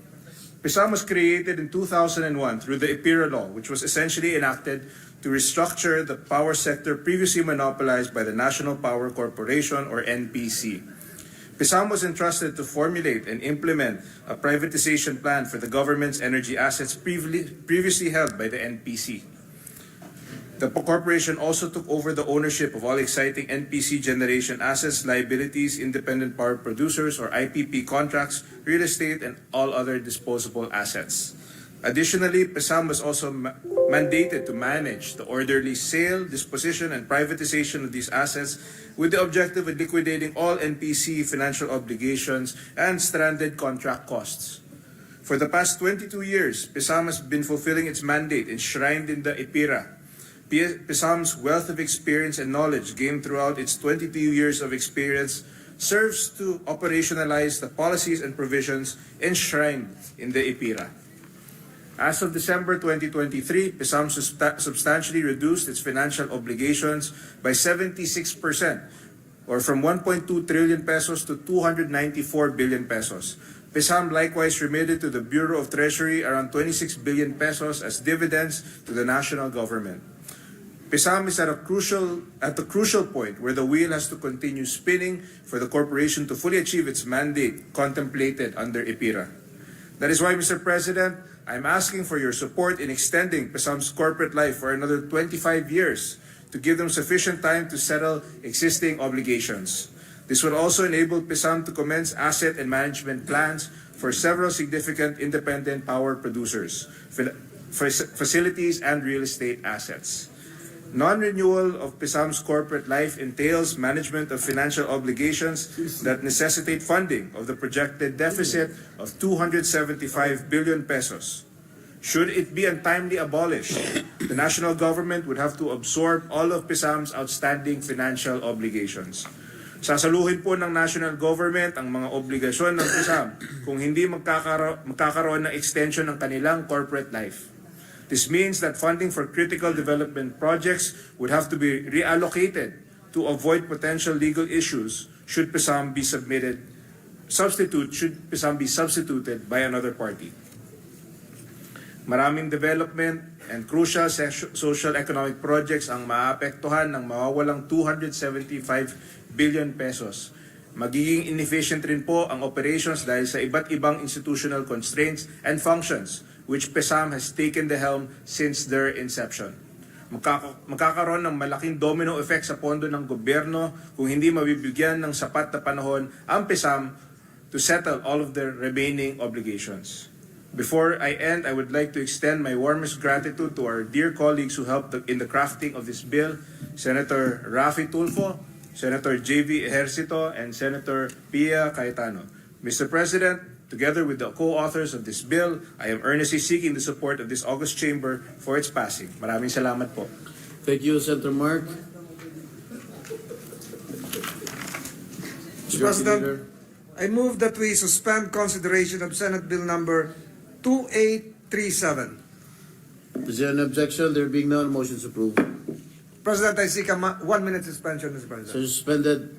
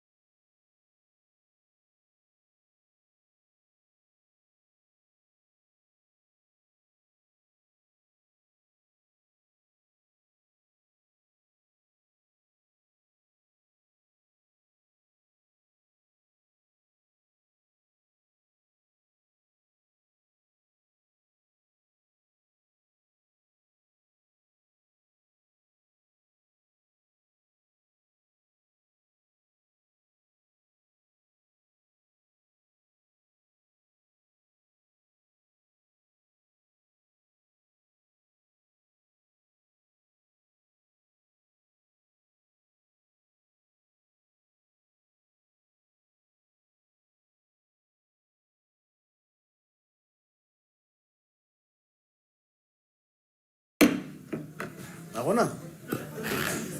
Mr. President, Majority Leader. I move that we resume consideration of Senate Bill number 2793 under Committee Report number 304. This is the bill on the Philippine Natural Gas Industry Development Act. So, Is there an objection? There being none, motion is approved. I move to resume the period of interpellation and recognize the sponsor, Senator Pia Cayetano, and to continue to start with her interpellation, Deputy Minority Leader, Senator Risa Ontiveros. Senators Pia Cayetano and Risa Ontiveros are hereby recognized.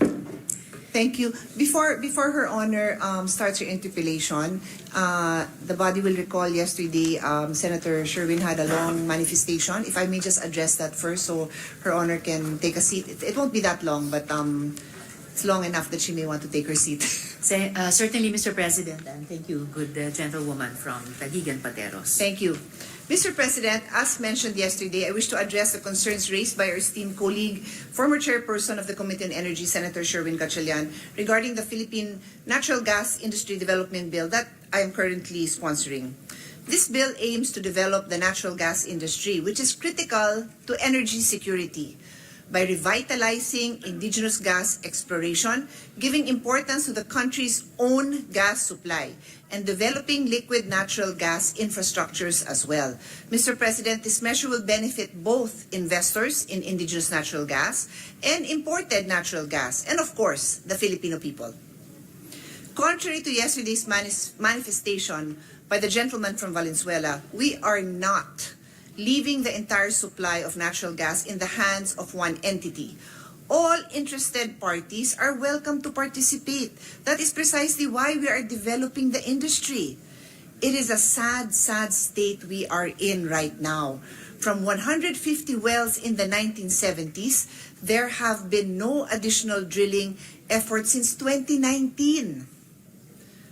Are we going to let this industry die? Are we going to be dependent on imported natural gas? As I repeatedly stated during the period of interpellation, this is not about indigenous gas versus imported LNG. We will need both indigenous natural gas and imported LNG, and even other sources of fuel to sustain our energy needs. Mr. President, I would like to emphasize that prioritizing our own gas resources is necessary for our country's energy security. This is a no-brainer. Saan ka naman nakakita ng bansa na inuna pa ang imported, umasa na lang sa imported, bagamat meron naman sariling supply? Let us not allow our failure in the agricultural sector to happen in the energy sector. Let's take a moment and think about that. If we want indigenous to be cheaper, let's create an environment that will encourage competition, encourage the development of indigenous gas. Also, indigenous gas is owned by the Filipino people. We already went through this many times during this period of interpellation. 60% of the net proceeds from indigenous gas go back to the government. Simply put, it's Filipino gas for the Filipino people. We must support the growth of natural gas, which includes imported gas. This is what is provided for in the bill. On another note, natural gas will likewise serve as our transition fuel to renewable energy, which is part of the Philippine Energy Plan. Until new technologies for energy storage are available, we will need a more flexible and cleaner baseload as compared to coal. This is our transition fuel. This is our transition plan. We cannot rely on coal. We should not rely on coal. The DOE shall establish mechanisms for the optimal and full utilization of indigenous natural gas in the generation, transmission, distribution, and supply of power, subject to standards and limitations consistent with the state policy of ensuring energy security and consumer welfare. This is written in the bill, Mr. President. Let's take a stand. Prioritize indigenous, support indigenous, and buy indigenous. It ensures a continuous and stable energy supply in the country, even or despite unpredictable events occurring in the global market. With that, Mr. President, I am ready for the interpellation of our Deputy Minority Floor Leader. Thank you. Thank you, Senator Pia. Senator Risa, you have the floor. Salamat, Mr. President, and dear gentlewoman from Taguig and Pateros. I just hope that you will be able to pagbigyan nyo yung aking mga tanong sa bill natin ngayong araw. Yes, Mr. President, we are ready and we'll do our best to answer the questions of Her Honor. Thank you, good gentlewoman. My interpellation is in 3 parts, and at any point that the good gentlewoman would prefer that I suspend, I may do so, but I'll do it part by part in order. So, dun po sa unang bahagi, as we delve into these critical questions about the Philippines' energy future, it's imperative to emphasize that our approach to renewable energy must be unwavering and ambitious. While gas and LNG may serve as a transitional bridge, we must be vigilant to ensure they do not become a prolonged detour from our ultimate goal of a sustainable, renewable energy landscape. So, the following questions in the first part of my interpellation address crucial concerns such as the risk of stranded assets, potential regulatory capture, and the long-term costs to consumers. They also touch on the delicate balance between ensuring energy security and maintaining environmental integrity. Moreover, these inquiries aim to scrutinize our strategies to avoid over-investment in LNG infrastructure that could hinder our competitiveness against countries transitioning more rapidly to cheaper renewable energy sources. So una po, how can the Department of Energy effectively balance the immediate need for energy security through LNG imports with the need to accelerate achievement of our environmental goals, Mr. President?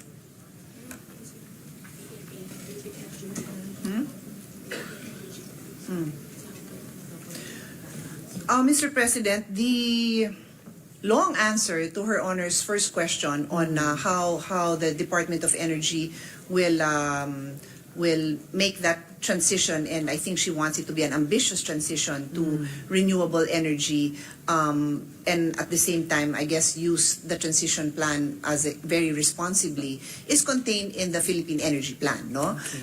But precisely why we need this transition plan, because, and I did not know this, dear colleagues, until very recently when I had to, of course, read up and educate myself when I became the chairman of the Committee on Energy. I'm very pro-renewables, but I did not know what I know now, which is for us to really be able to transition to renewable, we need to invest in storage. That is the biggest issue with renewable. That is precisely why it cannot be used as a baseload now.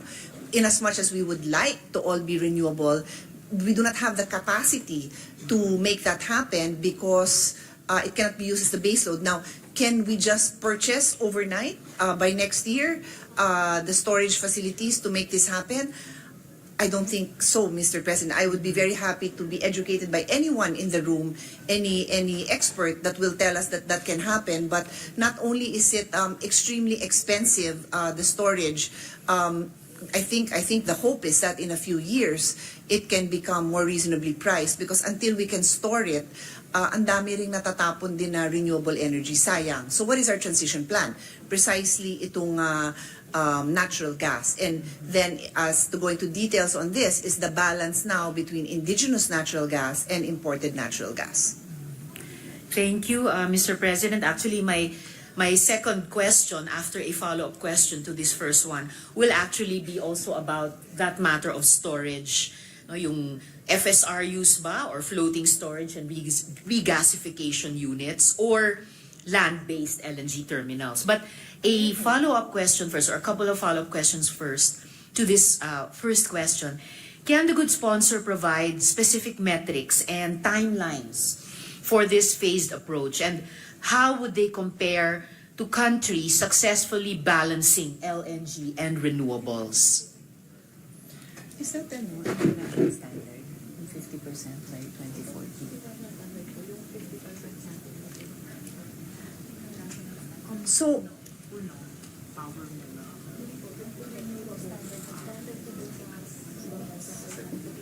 check the SDGs. Check the SDGs.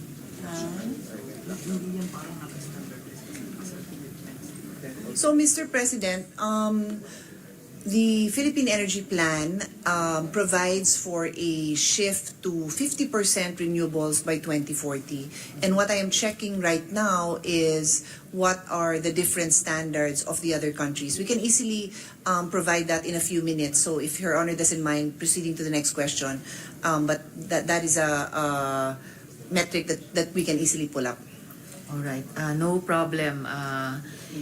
Good sponsor, thank you. I can wait for that during our interpellation, particularly this first part of my interpellation.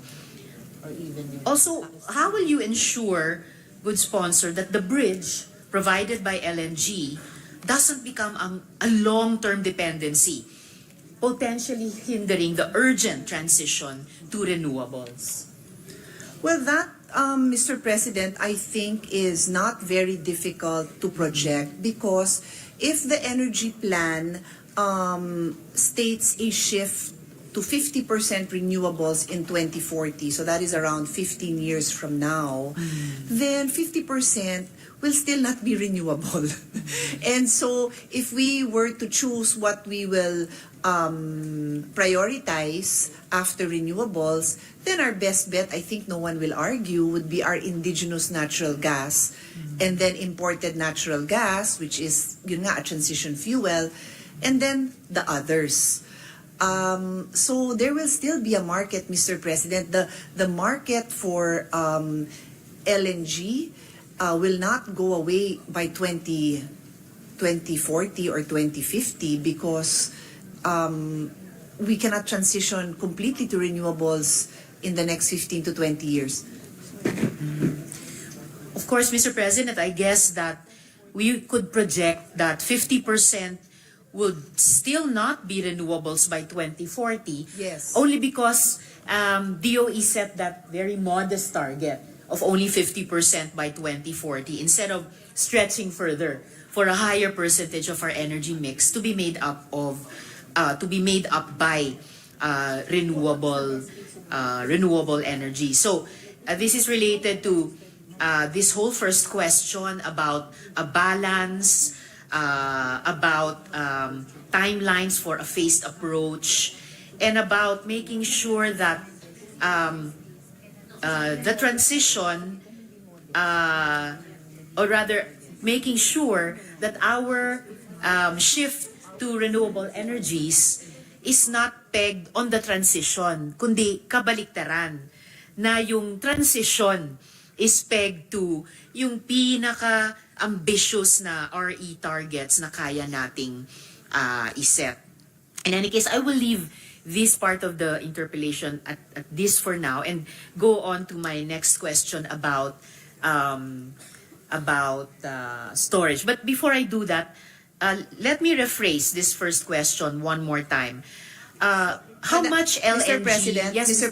Good sponsor. I'll just add, no, because I know Her Honor is like this representation, very keen on expediting, and ayaw din natin minsan yung masyadong modest, di ba? So I wanted to ask, and I did ask our resource persons, ano naman yung hindi modest na expectation? So to be more aggressive in the shift to renewable, then that would now include, Mr. President, the mix of nuclear. And Sorry, by the mix 20 of nuclear. Naku. Yes, I know. So but that is Okay. that is the reality. When and I mean this bill does not include nuclear, so I wouldn't really want to go in that direction on the discussion, but I am being honest about what those projections are. If we will include nuclear, and many countries have made that shift during the Ukraine shift in direction during the Ukraine war, then by 2050, 70% na yung target. So I'm just putting that there for Her Honor to include in her notes. Thank you, good sponsor. Of course, prejudicial question and I've long answered it, at least for myself, just for this representation, ang nuclear energy ay hindi renewable energy. So hindi ko rin siya maikwenta sa energy mix natin. Even for a more ambitious target of 70% mix of renewable energies by 2050. I do think kaya sanang magtakda ng mas ambisyosong target ang DOE for renewable energies in the energy mix using true renewables and excluding nuclear. But let me rephrase my first question one more time.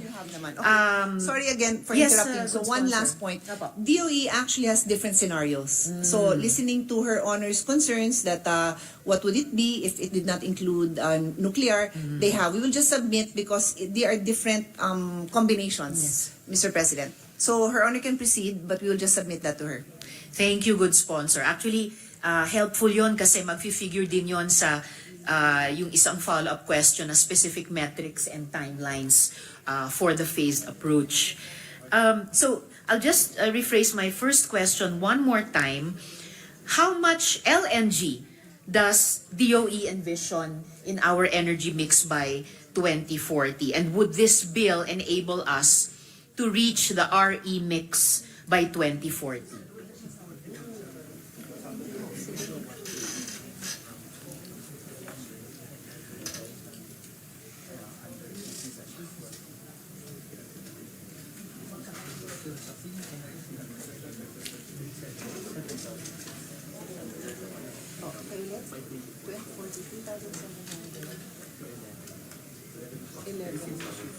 megawatts. Oh, and then is what? From where to what? Same. From 3,000. I'm sorry. So, ang LNG ngayon is 2,700. Then by natural gas. And then by 2040, it will be 11K. For business as usual. Pero kung gusto natin pure clean energy, we lost din. Ang natural gas is 3.7, aakyat ng 11. So what is 7.6? Clean energy. That will be natural gas. I thought the first one was natural gas. 7, 11. Ang kasama din wala nang malampaya. We're not yet sure kung meron sa panahon. Kaya ito, kasi naman potential na pwedeng fuel, pwedeng pumasok din ang gas. I'm very lost, no? A minute suspension. Okay. A minute suspension, please. I'm very lost. Sorry. It is telling me now, natural gas is 3.7.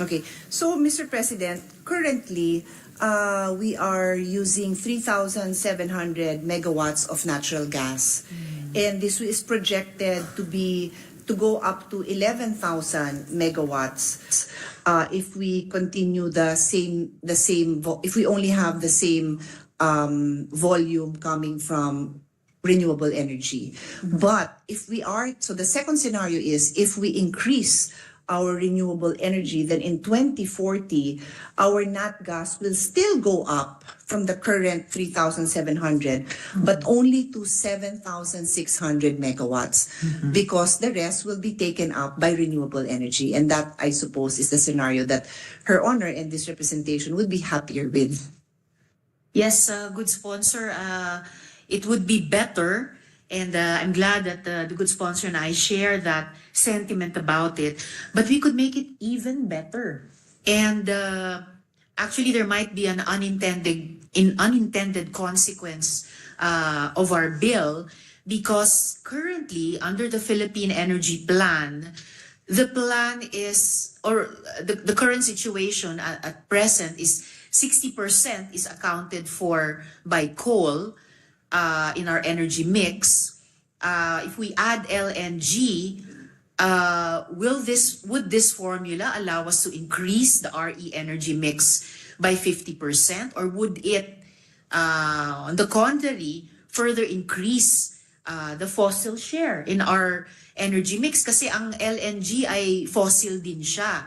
So, baka yung unintended consequence ay mas lalong hindi natin matupad yung commitments natin under the Paris Agreement of 70%, 75% reduction in our emissions. Good sponsor. Well, actually, Mr. President, we've also asked those questions, and the reality is the demand for power and electricity will keep on getting higher in our country. We're a developing country. If you look at what our targets are, it is to even further industrialize. We still have many areas that do not have adequate electricity. So the demand will continue to be higher.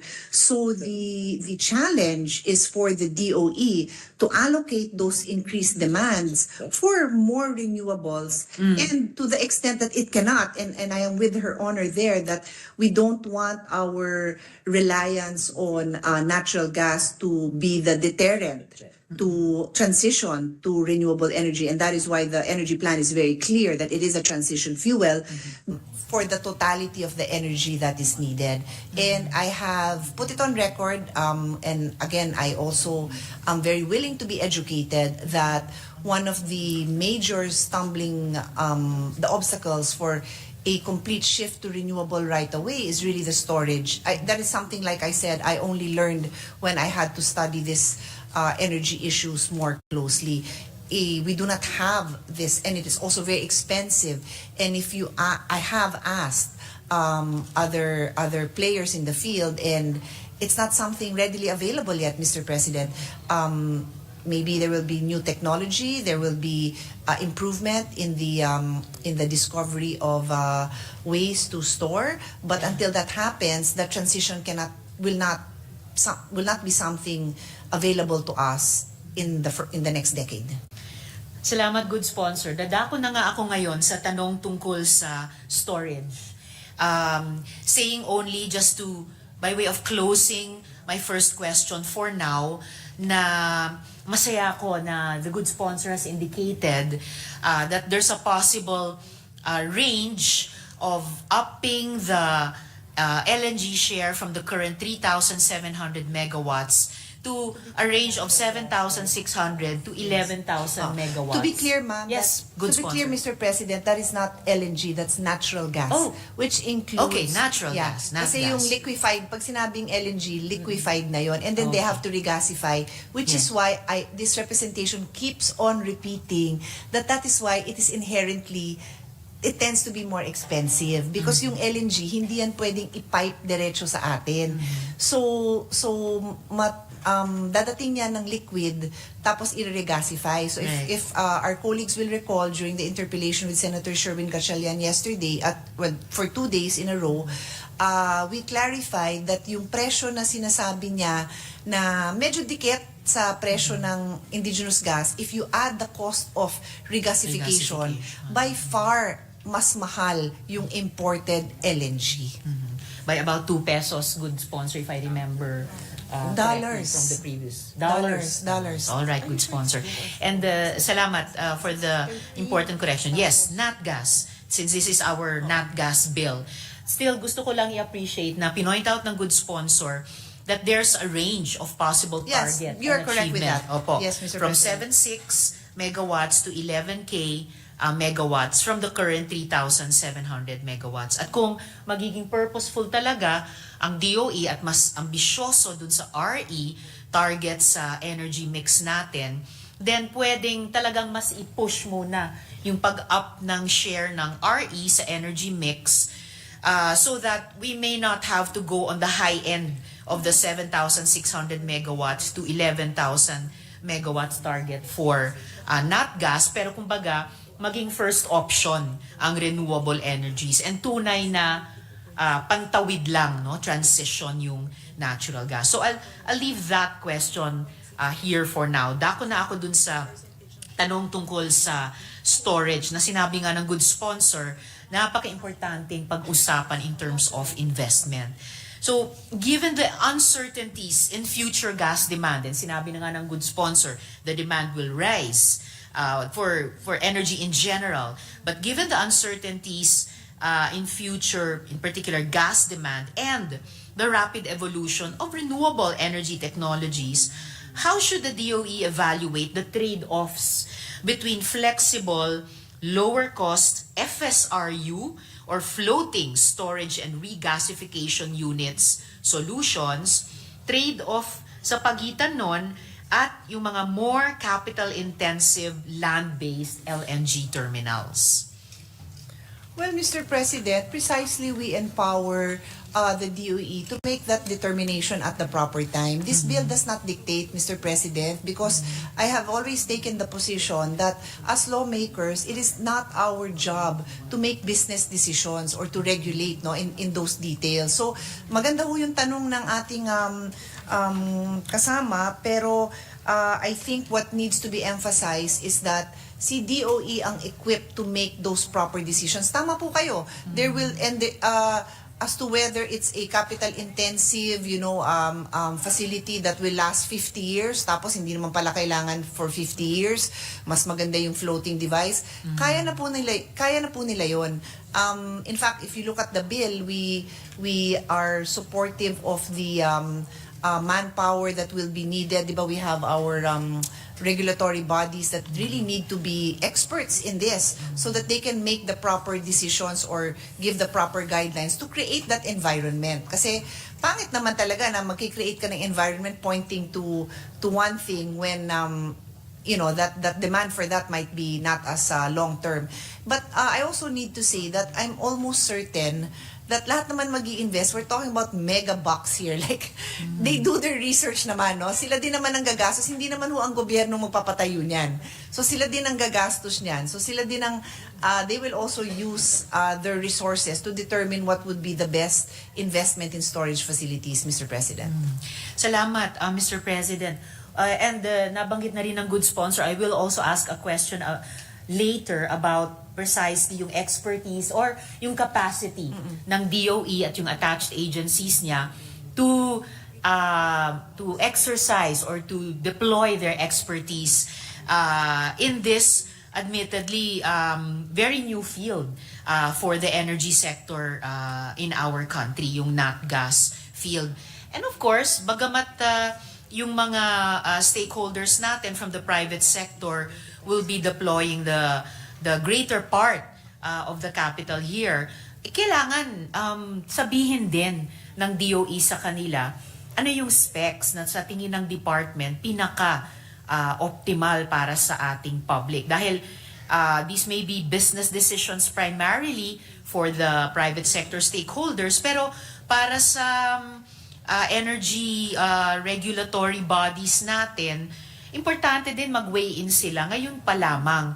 In terms, yes, of the business or the economics of it, but also in terms of the environmental aspect at saka in terms of achieving the overall objectives of the Philippine Energy Plan. Diba? Ano yung wisdom ng DOE sa ngayon tungkol sa anong klaseng storage mas gusto nilang kumiling ang ating private sector stakeholders, whether itong floating or yung mga land-based. Lalo na environmentally sensitive din yung ibang mga area kung saan nakatayo na at balak pang itayo yung mga storage facilities natin.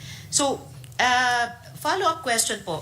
How does DOE plan to mitigate the risk of stranded assets, particularly nga dun sa land-based terminals, just in case the optimal scenario materializes if renewable energy adoption outpaces projections, Mr. President? Actually, Mr. President, I feel that those are the real challenges that the government and DOE in particular will face, and also the investors. And that's why this representation feels that it's very important to communicate the right message. So the number one is renewables. I mean, I may not say it as often in the course of defending this bill over 3 hours or 4 hours in a day, because the bill is on nat gas bill. But I say it often enough, and I will repeat it because it is the question Her Honor poses, that renewable is the priority, followed by the transition fuel. So yes, it is tricky. Let's not pretend that it is not. There may be mistakes along the way. That is quite. I think it is impossible to predict to an exact number what the exact mix will be. But you know, with the use of technology, with the right expertise, they can reasonably assume what needs to be, where the investments need to be made. And that is why the energy plan supported by this bill will clearly say that renewable energy, then the transition fuel. But Her Honor very well knows, because it's in the news, even those operating coal plants are asking for permission to continue operations and even to expand their operations. So those are all issues that DOE has to deal with. They are environmental, they are political, they are financial. So kailangan magagaling yung mga tao natin to respond to those questions. And it is a cheap source. So let's not pretend that these are easy questions to answer. Diba? Sino bang may ayaw ng mura? O, pero sino bang may gusto ng madumi? So, you know, it is, Her Honor asked the right questions, because it is truly a balancing act that DOE has to have the stomach to respond to responsibly and for the sake of the future. Salamat, good sponsor. And of course, kailangan pa rin nating itanong, at mamaya itatanong ko rin dun sa tanong ko tungkol sa presyo, how mura really is mura? At saka ang malinis ba talaga malinis or hindi rin marumi sa enerhiya? And I guess yung isang nakapaloob dun sa tanong ko, it's bias. If we had to choose between the two, maybe bias more for floating storage rather than land-based. Not to say na imposibleng maging stranded asset din yung floating, yung FSRUs, pero parang mas may possibility maging stranded asset ang land-based terminals. But having said that, yun na nga, kahit dun sa usapin ng FSRUs o floating storage and regasification units, what safeguards are in place to ensure that even though the supposed flexibility of FSRUs doesn't lead to prolonged reliance on LNG or on nat gas at the expense of renewable energy development? Can Her Honor just repeat that? Yes, good what sponsor. Safeguards? What safeguards are in place para siguruhin na kahit yung sinasabing flexibility ng mga FSRUs o floating storage and regasification units, na hindi yun hahantong sa prolonged reliance sa LNG o sa nat gas, na ang magsasuffer ay yung renewable energy development.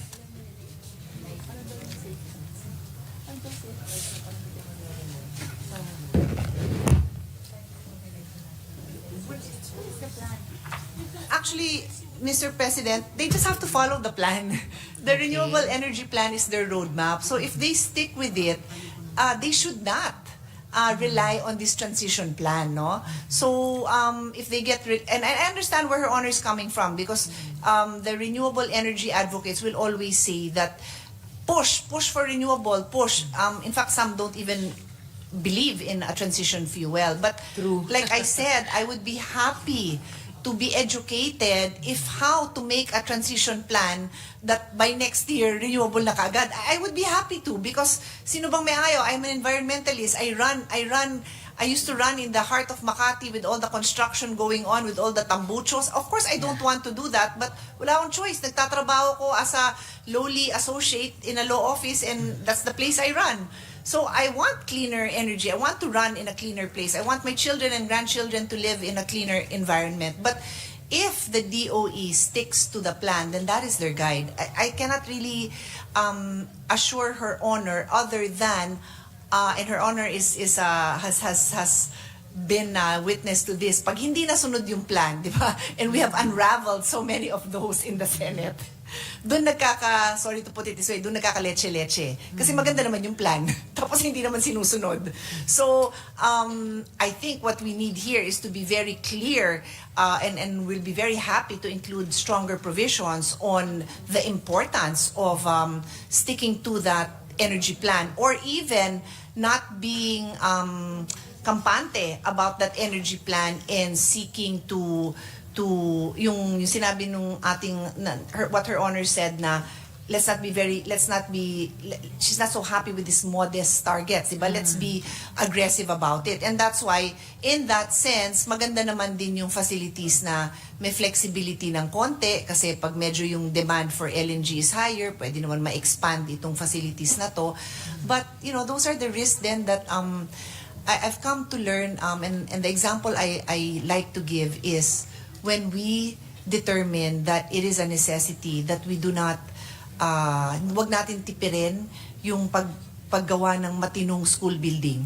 On hindsight, pwede mong sabihin na, 10% lang naman pala ng school building yung nababagyo, yung tinatamaan ng earthquake, hindi na kailangan yung heavy duty. But you can't make those mistakes, hindi ho ba? So in the same way with energy, they have to go full speed ahead and invest in the renewables, and also make the investments in the transition fuels as well, Mr. President. Salamat, good sponsor, sa pagbanggit nyo sa possibility ng stronger provisions at the proper time sa period of amendments. Susubukan ng representasyong itong mag-craft ng ganong klaseng stronger provisions, safeguards nga po, dahil hindi ko pa sigurado kung kahit yung buong Philippine Energy Plan ay sapat na na-anticipate itong pag-usbong, no, ng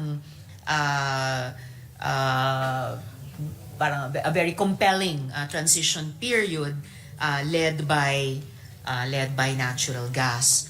So, dako sa susunod na tanong ko, good sponsor, Mr. President, in the course of the hearings and even the briefings, has the sponsor perhaps required DOE to provide an accounting and analysis of the financial incentives and support mechanisms that will be made available, particularly for LNG importation, and specifically focusing on the following areas? Dalawa po ito. May accounting and analysis ba in the area of tax breaks and government liabilities? Was DOE able to detail the types of tax breaks, government contingent liabilities, if any, and any complementary government-funded infrastructure initiatives, and perhaps even guarantees of cost recovery for LNG importation, storage, and distribution facilities? No, but first of all, there's no incentive here for importation. For building storage and papasok sa cheap.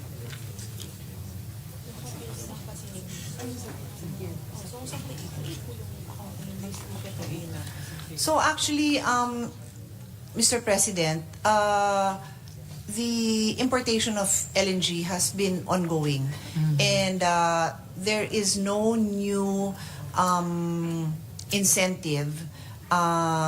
Specifically, I'm referring to the VAT incentives, because the VAT incentives are only for the VAT exemptions, to be clear, are only for the indigenous natural gas.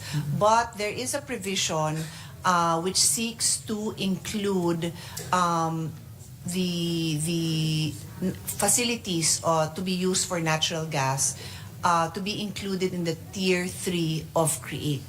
And that is based on our determination that energy security should be a prime concern in terms of achieving economic development. And if you look at the enumeration in Tier 3 of CREATE, the last item, letter V or 5, refers to activities that contribute to catch up of the economy. And what other factor is contributing to our catch up than a steady energy supply? If you look at the top 5 reasons why we do not have as many investors as our ASEAN neighbors have, electricity is always there.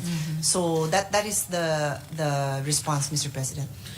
Thank you, good sponsor. A little later, may tanong din ako tungkol dun sa investment situation dito sa Pilipinas and how nat gas or the transition would play into that. But one more question about the accounting and analysis on the finance side. What about may focus na ba ang DOE on existing subsidies to identify and describe the current subsidies and support being provided for gas exploration, transmission, and related activities? Well, sadly, Mr. President, wala nga tayong exploration eh. So, zero yan. So, zero. Zero ang lumalabas sa atin.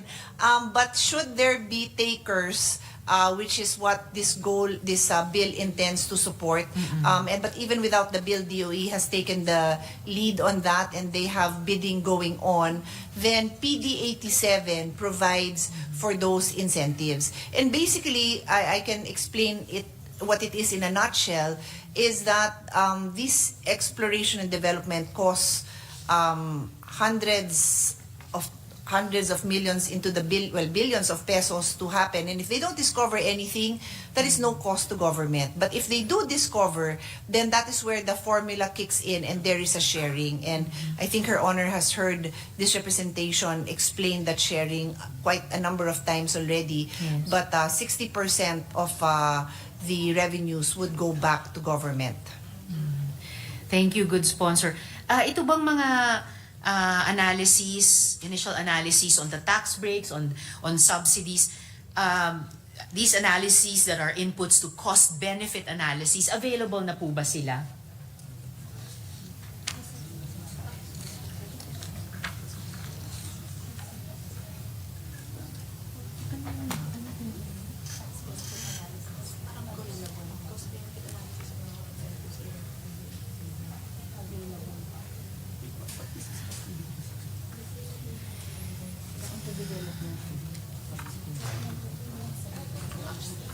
Just to be clear, Mr. President, we are not changing anything in this bill on the upstream side in terms of the incentives for exploration development. That is covered by PD 87 and we are not touching that.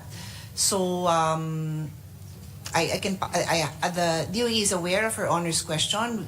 We can pass that on, but it's not something that we have prepared to discuss just because it's not covered by this bill, Mr. President. I see. All right, good sponsor. In that case, para lang mas may material tayo to look at or to try to craft cost-benefit analyses also for the midstream and downstream. So if we don't have all these parts of the analysis yet, and since the proposed bill will create entitlements for these, may I request na lang through the good sponsor that DOE also submit to us or provide us with the following insights. Dalawa rin. So una, a per kilowatt hour computation of the price of gas from both imported LNG and domestically produced sources. And if the department could include in that any assumptions of government support or variables that may affect these calculations. And secondly, kung maaring makapag-submit ang DOE sa atin through the good sponsor, computations for a scenario where, at dito bumabalik ako sa naunang tanong ko, a scenario where we exclusively build only floating storage and regasification units or FSRUs, taking note of their redeployability. If DOE could include computations on the potential resources that could be then freed up for renewable energy programs. If FSRUs are utilized instead of traditional land-based and more financially massive LNG facilities. Your Honor, the DOE has heard Her Honor's questions and we have instructed them to provide. But we just like to put on record that the investments are coming from private individuals, private entities. So as long as the renewable energy plan if we stick to that renewable energy plan, then it is up to the investors to determine if they are investing in renewable energy, if they are investing in LNG. Some of them may be the same parties, some of them may be different parties. But the plan is there to help guide them in what kind of energy, where the bulk of the purchases will be. So for an investor to determine if they will do a floating device or a permanent structure, I do believe that is their freedom of that is where we do not interfere with the business decisions of these individuals. But of course, DOE can provide the timelines, like if they say na the demand might be very volatile. Because ang dami nating indigenous gas. So baka konti lang yung demand, you might prefer to build a smaller storage facility na magagamit parate pero small, or you might prefer a floating vessel that can be expanded and retracted. So that's where, Your Honor, to be perfectly honest, we leave it to the DOE and the private investors to hash out, no, that will no longer be covered by this measure, Mr. President. Perhaps this representation can just attempt in the period of amendments to push this idea a bit further, because of course government does not interfere with the individual business decisions of private investors. Pero dahil ang Philippine Energy Plan, yung kumbaga Biblia natin dito, even in discussing the bill,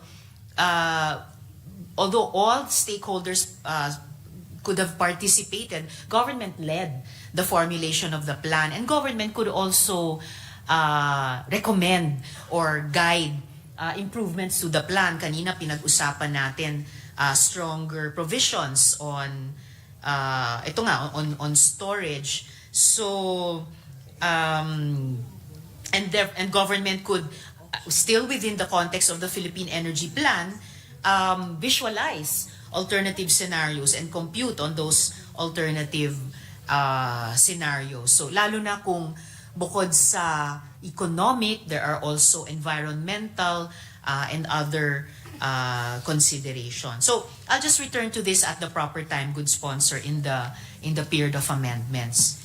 So dako po ako sa susunod na tanong ko. Okay. In an unlikely scenario where new technologies make for much more available and cheaper LNG from abroad, in that unlikely scenario, how could the Philippines ensure that its investment in LNG infrastructure genuinely supports the transition to renewable energy rather than create a long-term dependence on fossil fuels, Mr. President?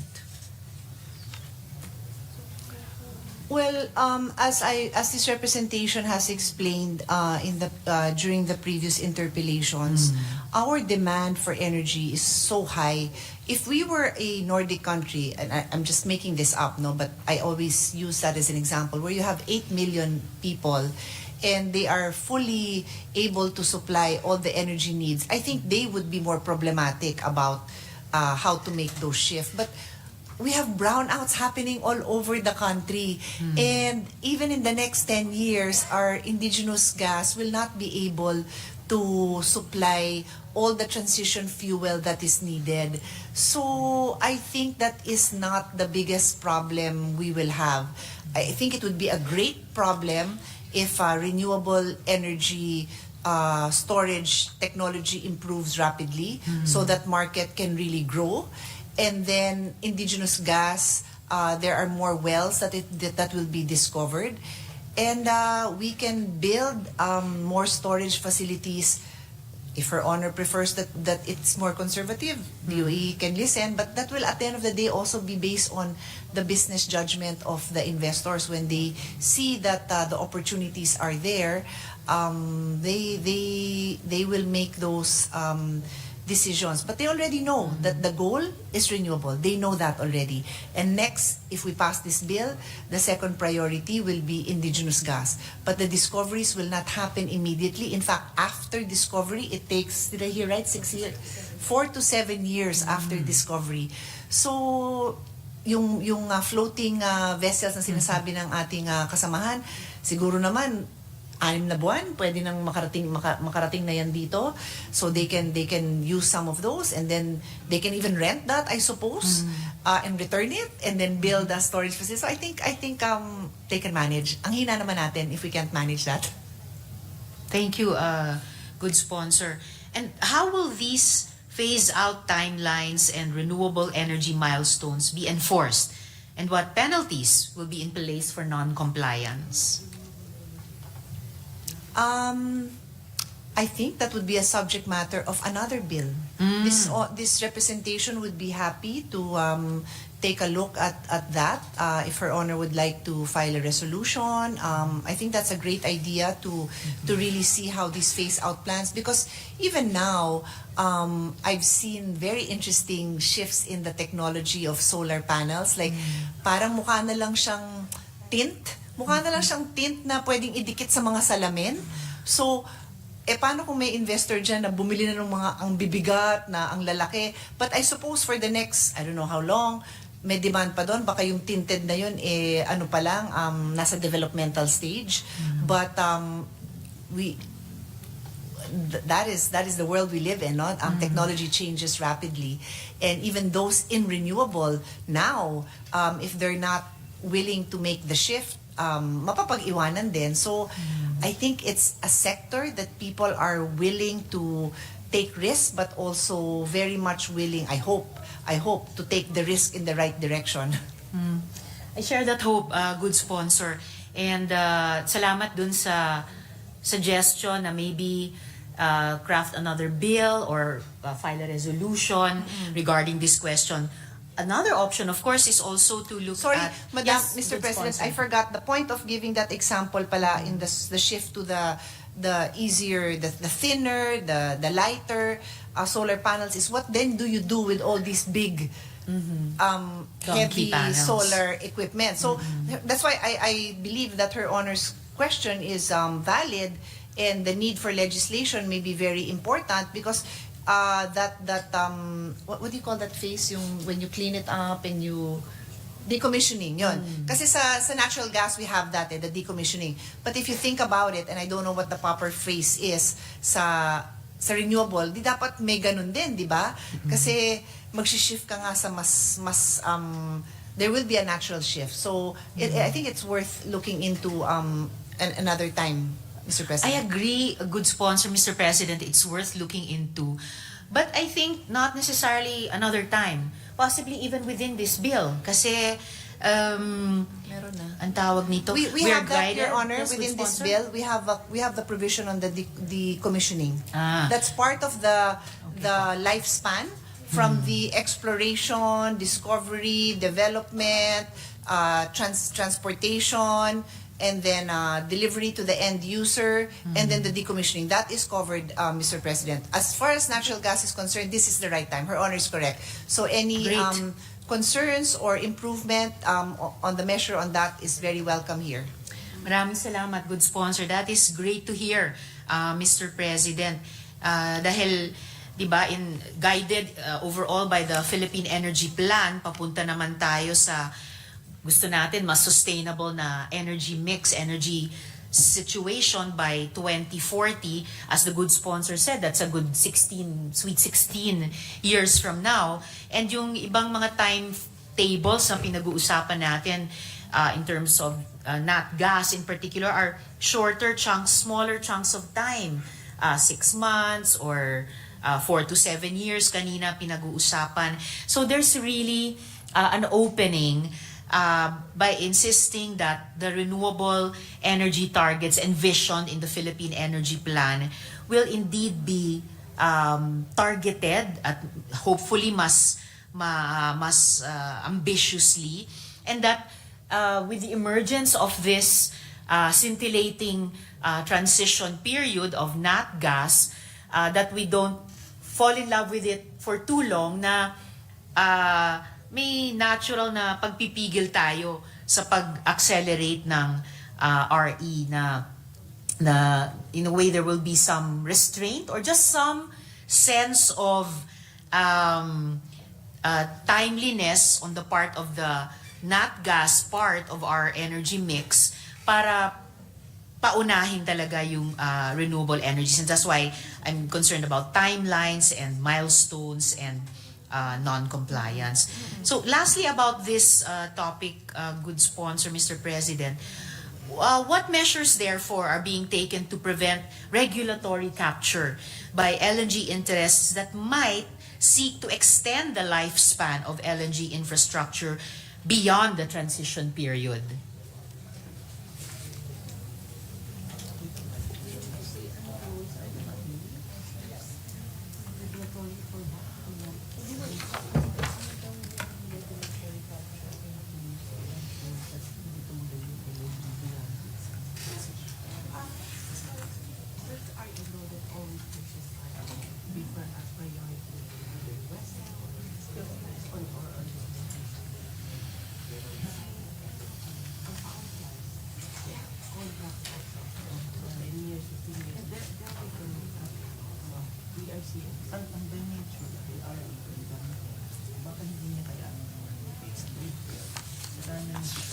Hindi yung tanong niya.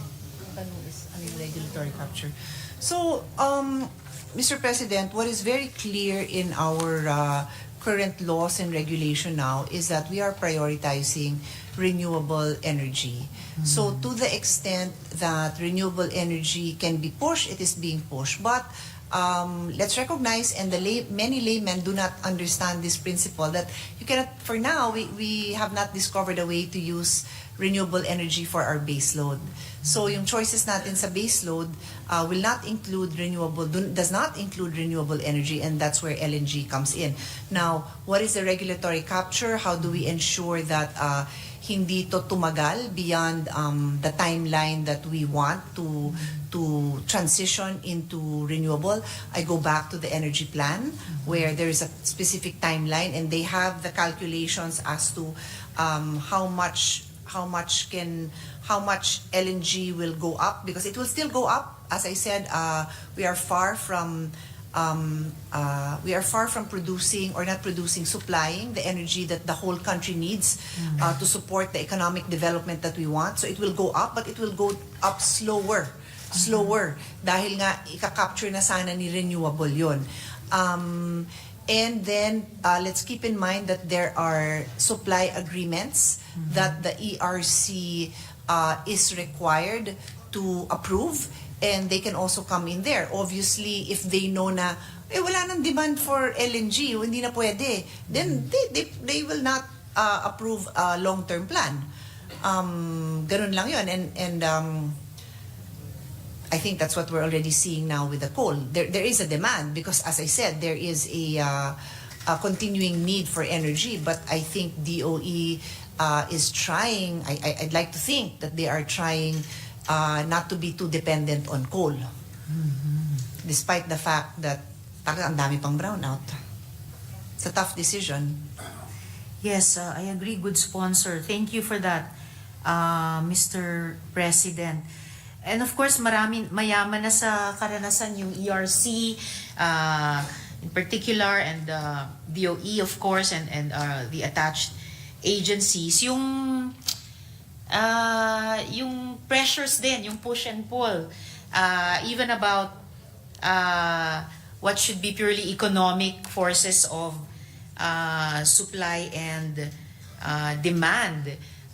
Minsan, and this is bahagi ng maraming heartaches and heartbreaks natin about the implementation of the EPIRA, minsan kahit wala nang sasabihin ganyang kataas na demand for a certain energy because there's a supply, somehow na in a way na distort yung sitwasyon at either kulang yung pag-pushback ng ating energy regulators or out and out may mga reklamo ng regulatory capture. And since we know na naging karanasan natin yan from time to time in the past, syempre on the eve of the dawn of a new transition era of nat gas, gusto nating maiwasan yon. Hindi naman innocents ang ERC et al. They know about these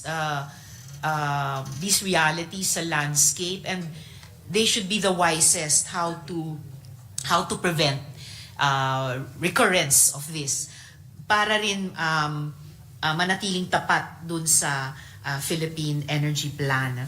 So, just to make that of record, good sponsor, Mr. President, sa susunod kong tanong, what steps is DOE taking to enhance its regulatory framework to effectively manage the energy transition, particularly in terms of balancing LNG development with the growth of renewable energy sources and ensuring grid stability, Mr. President?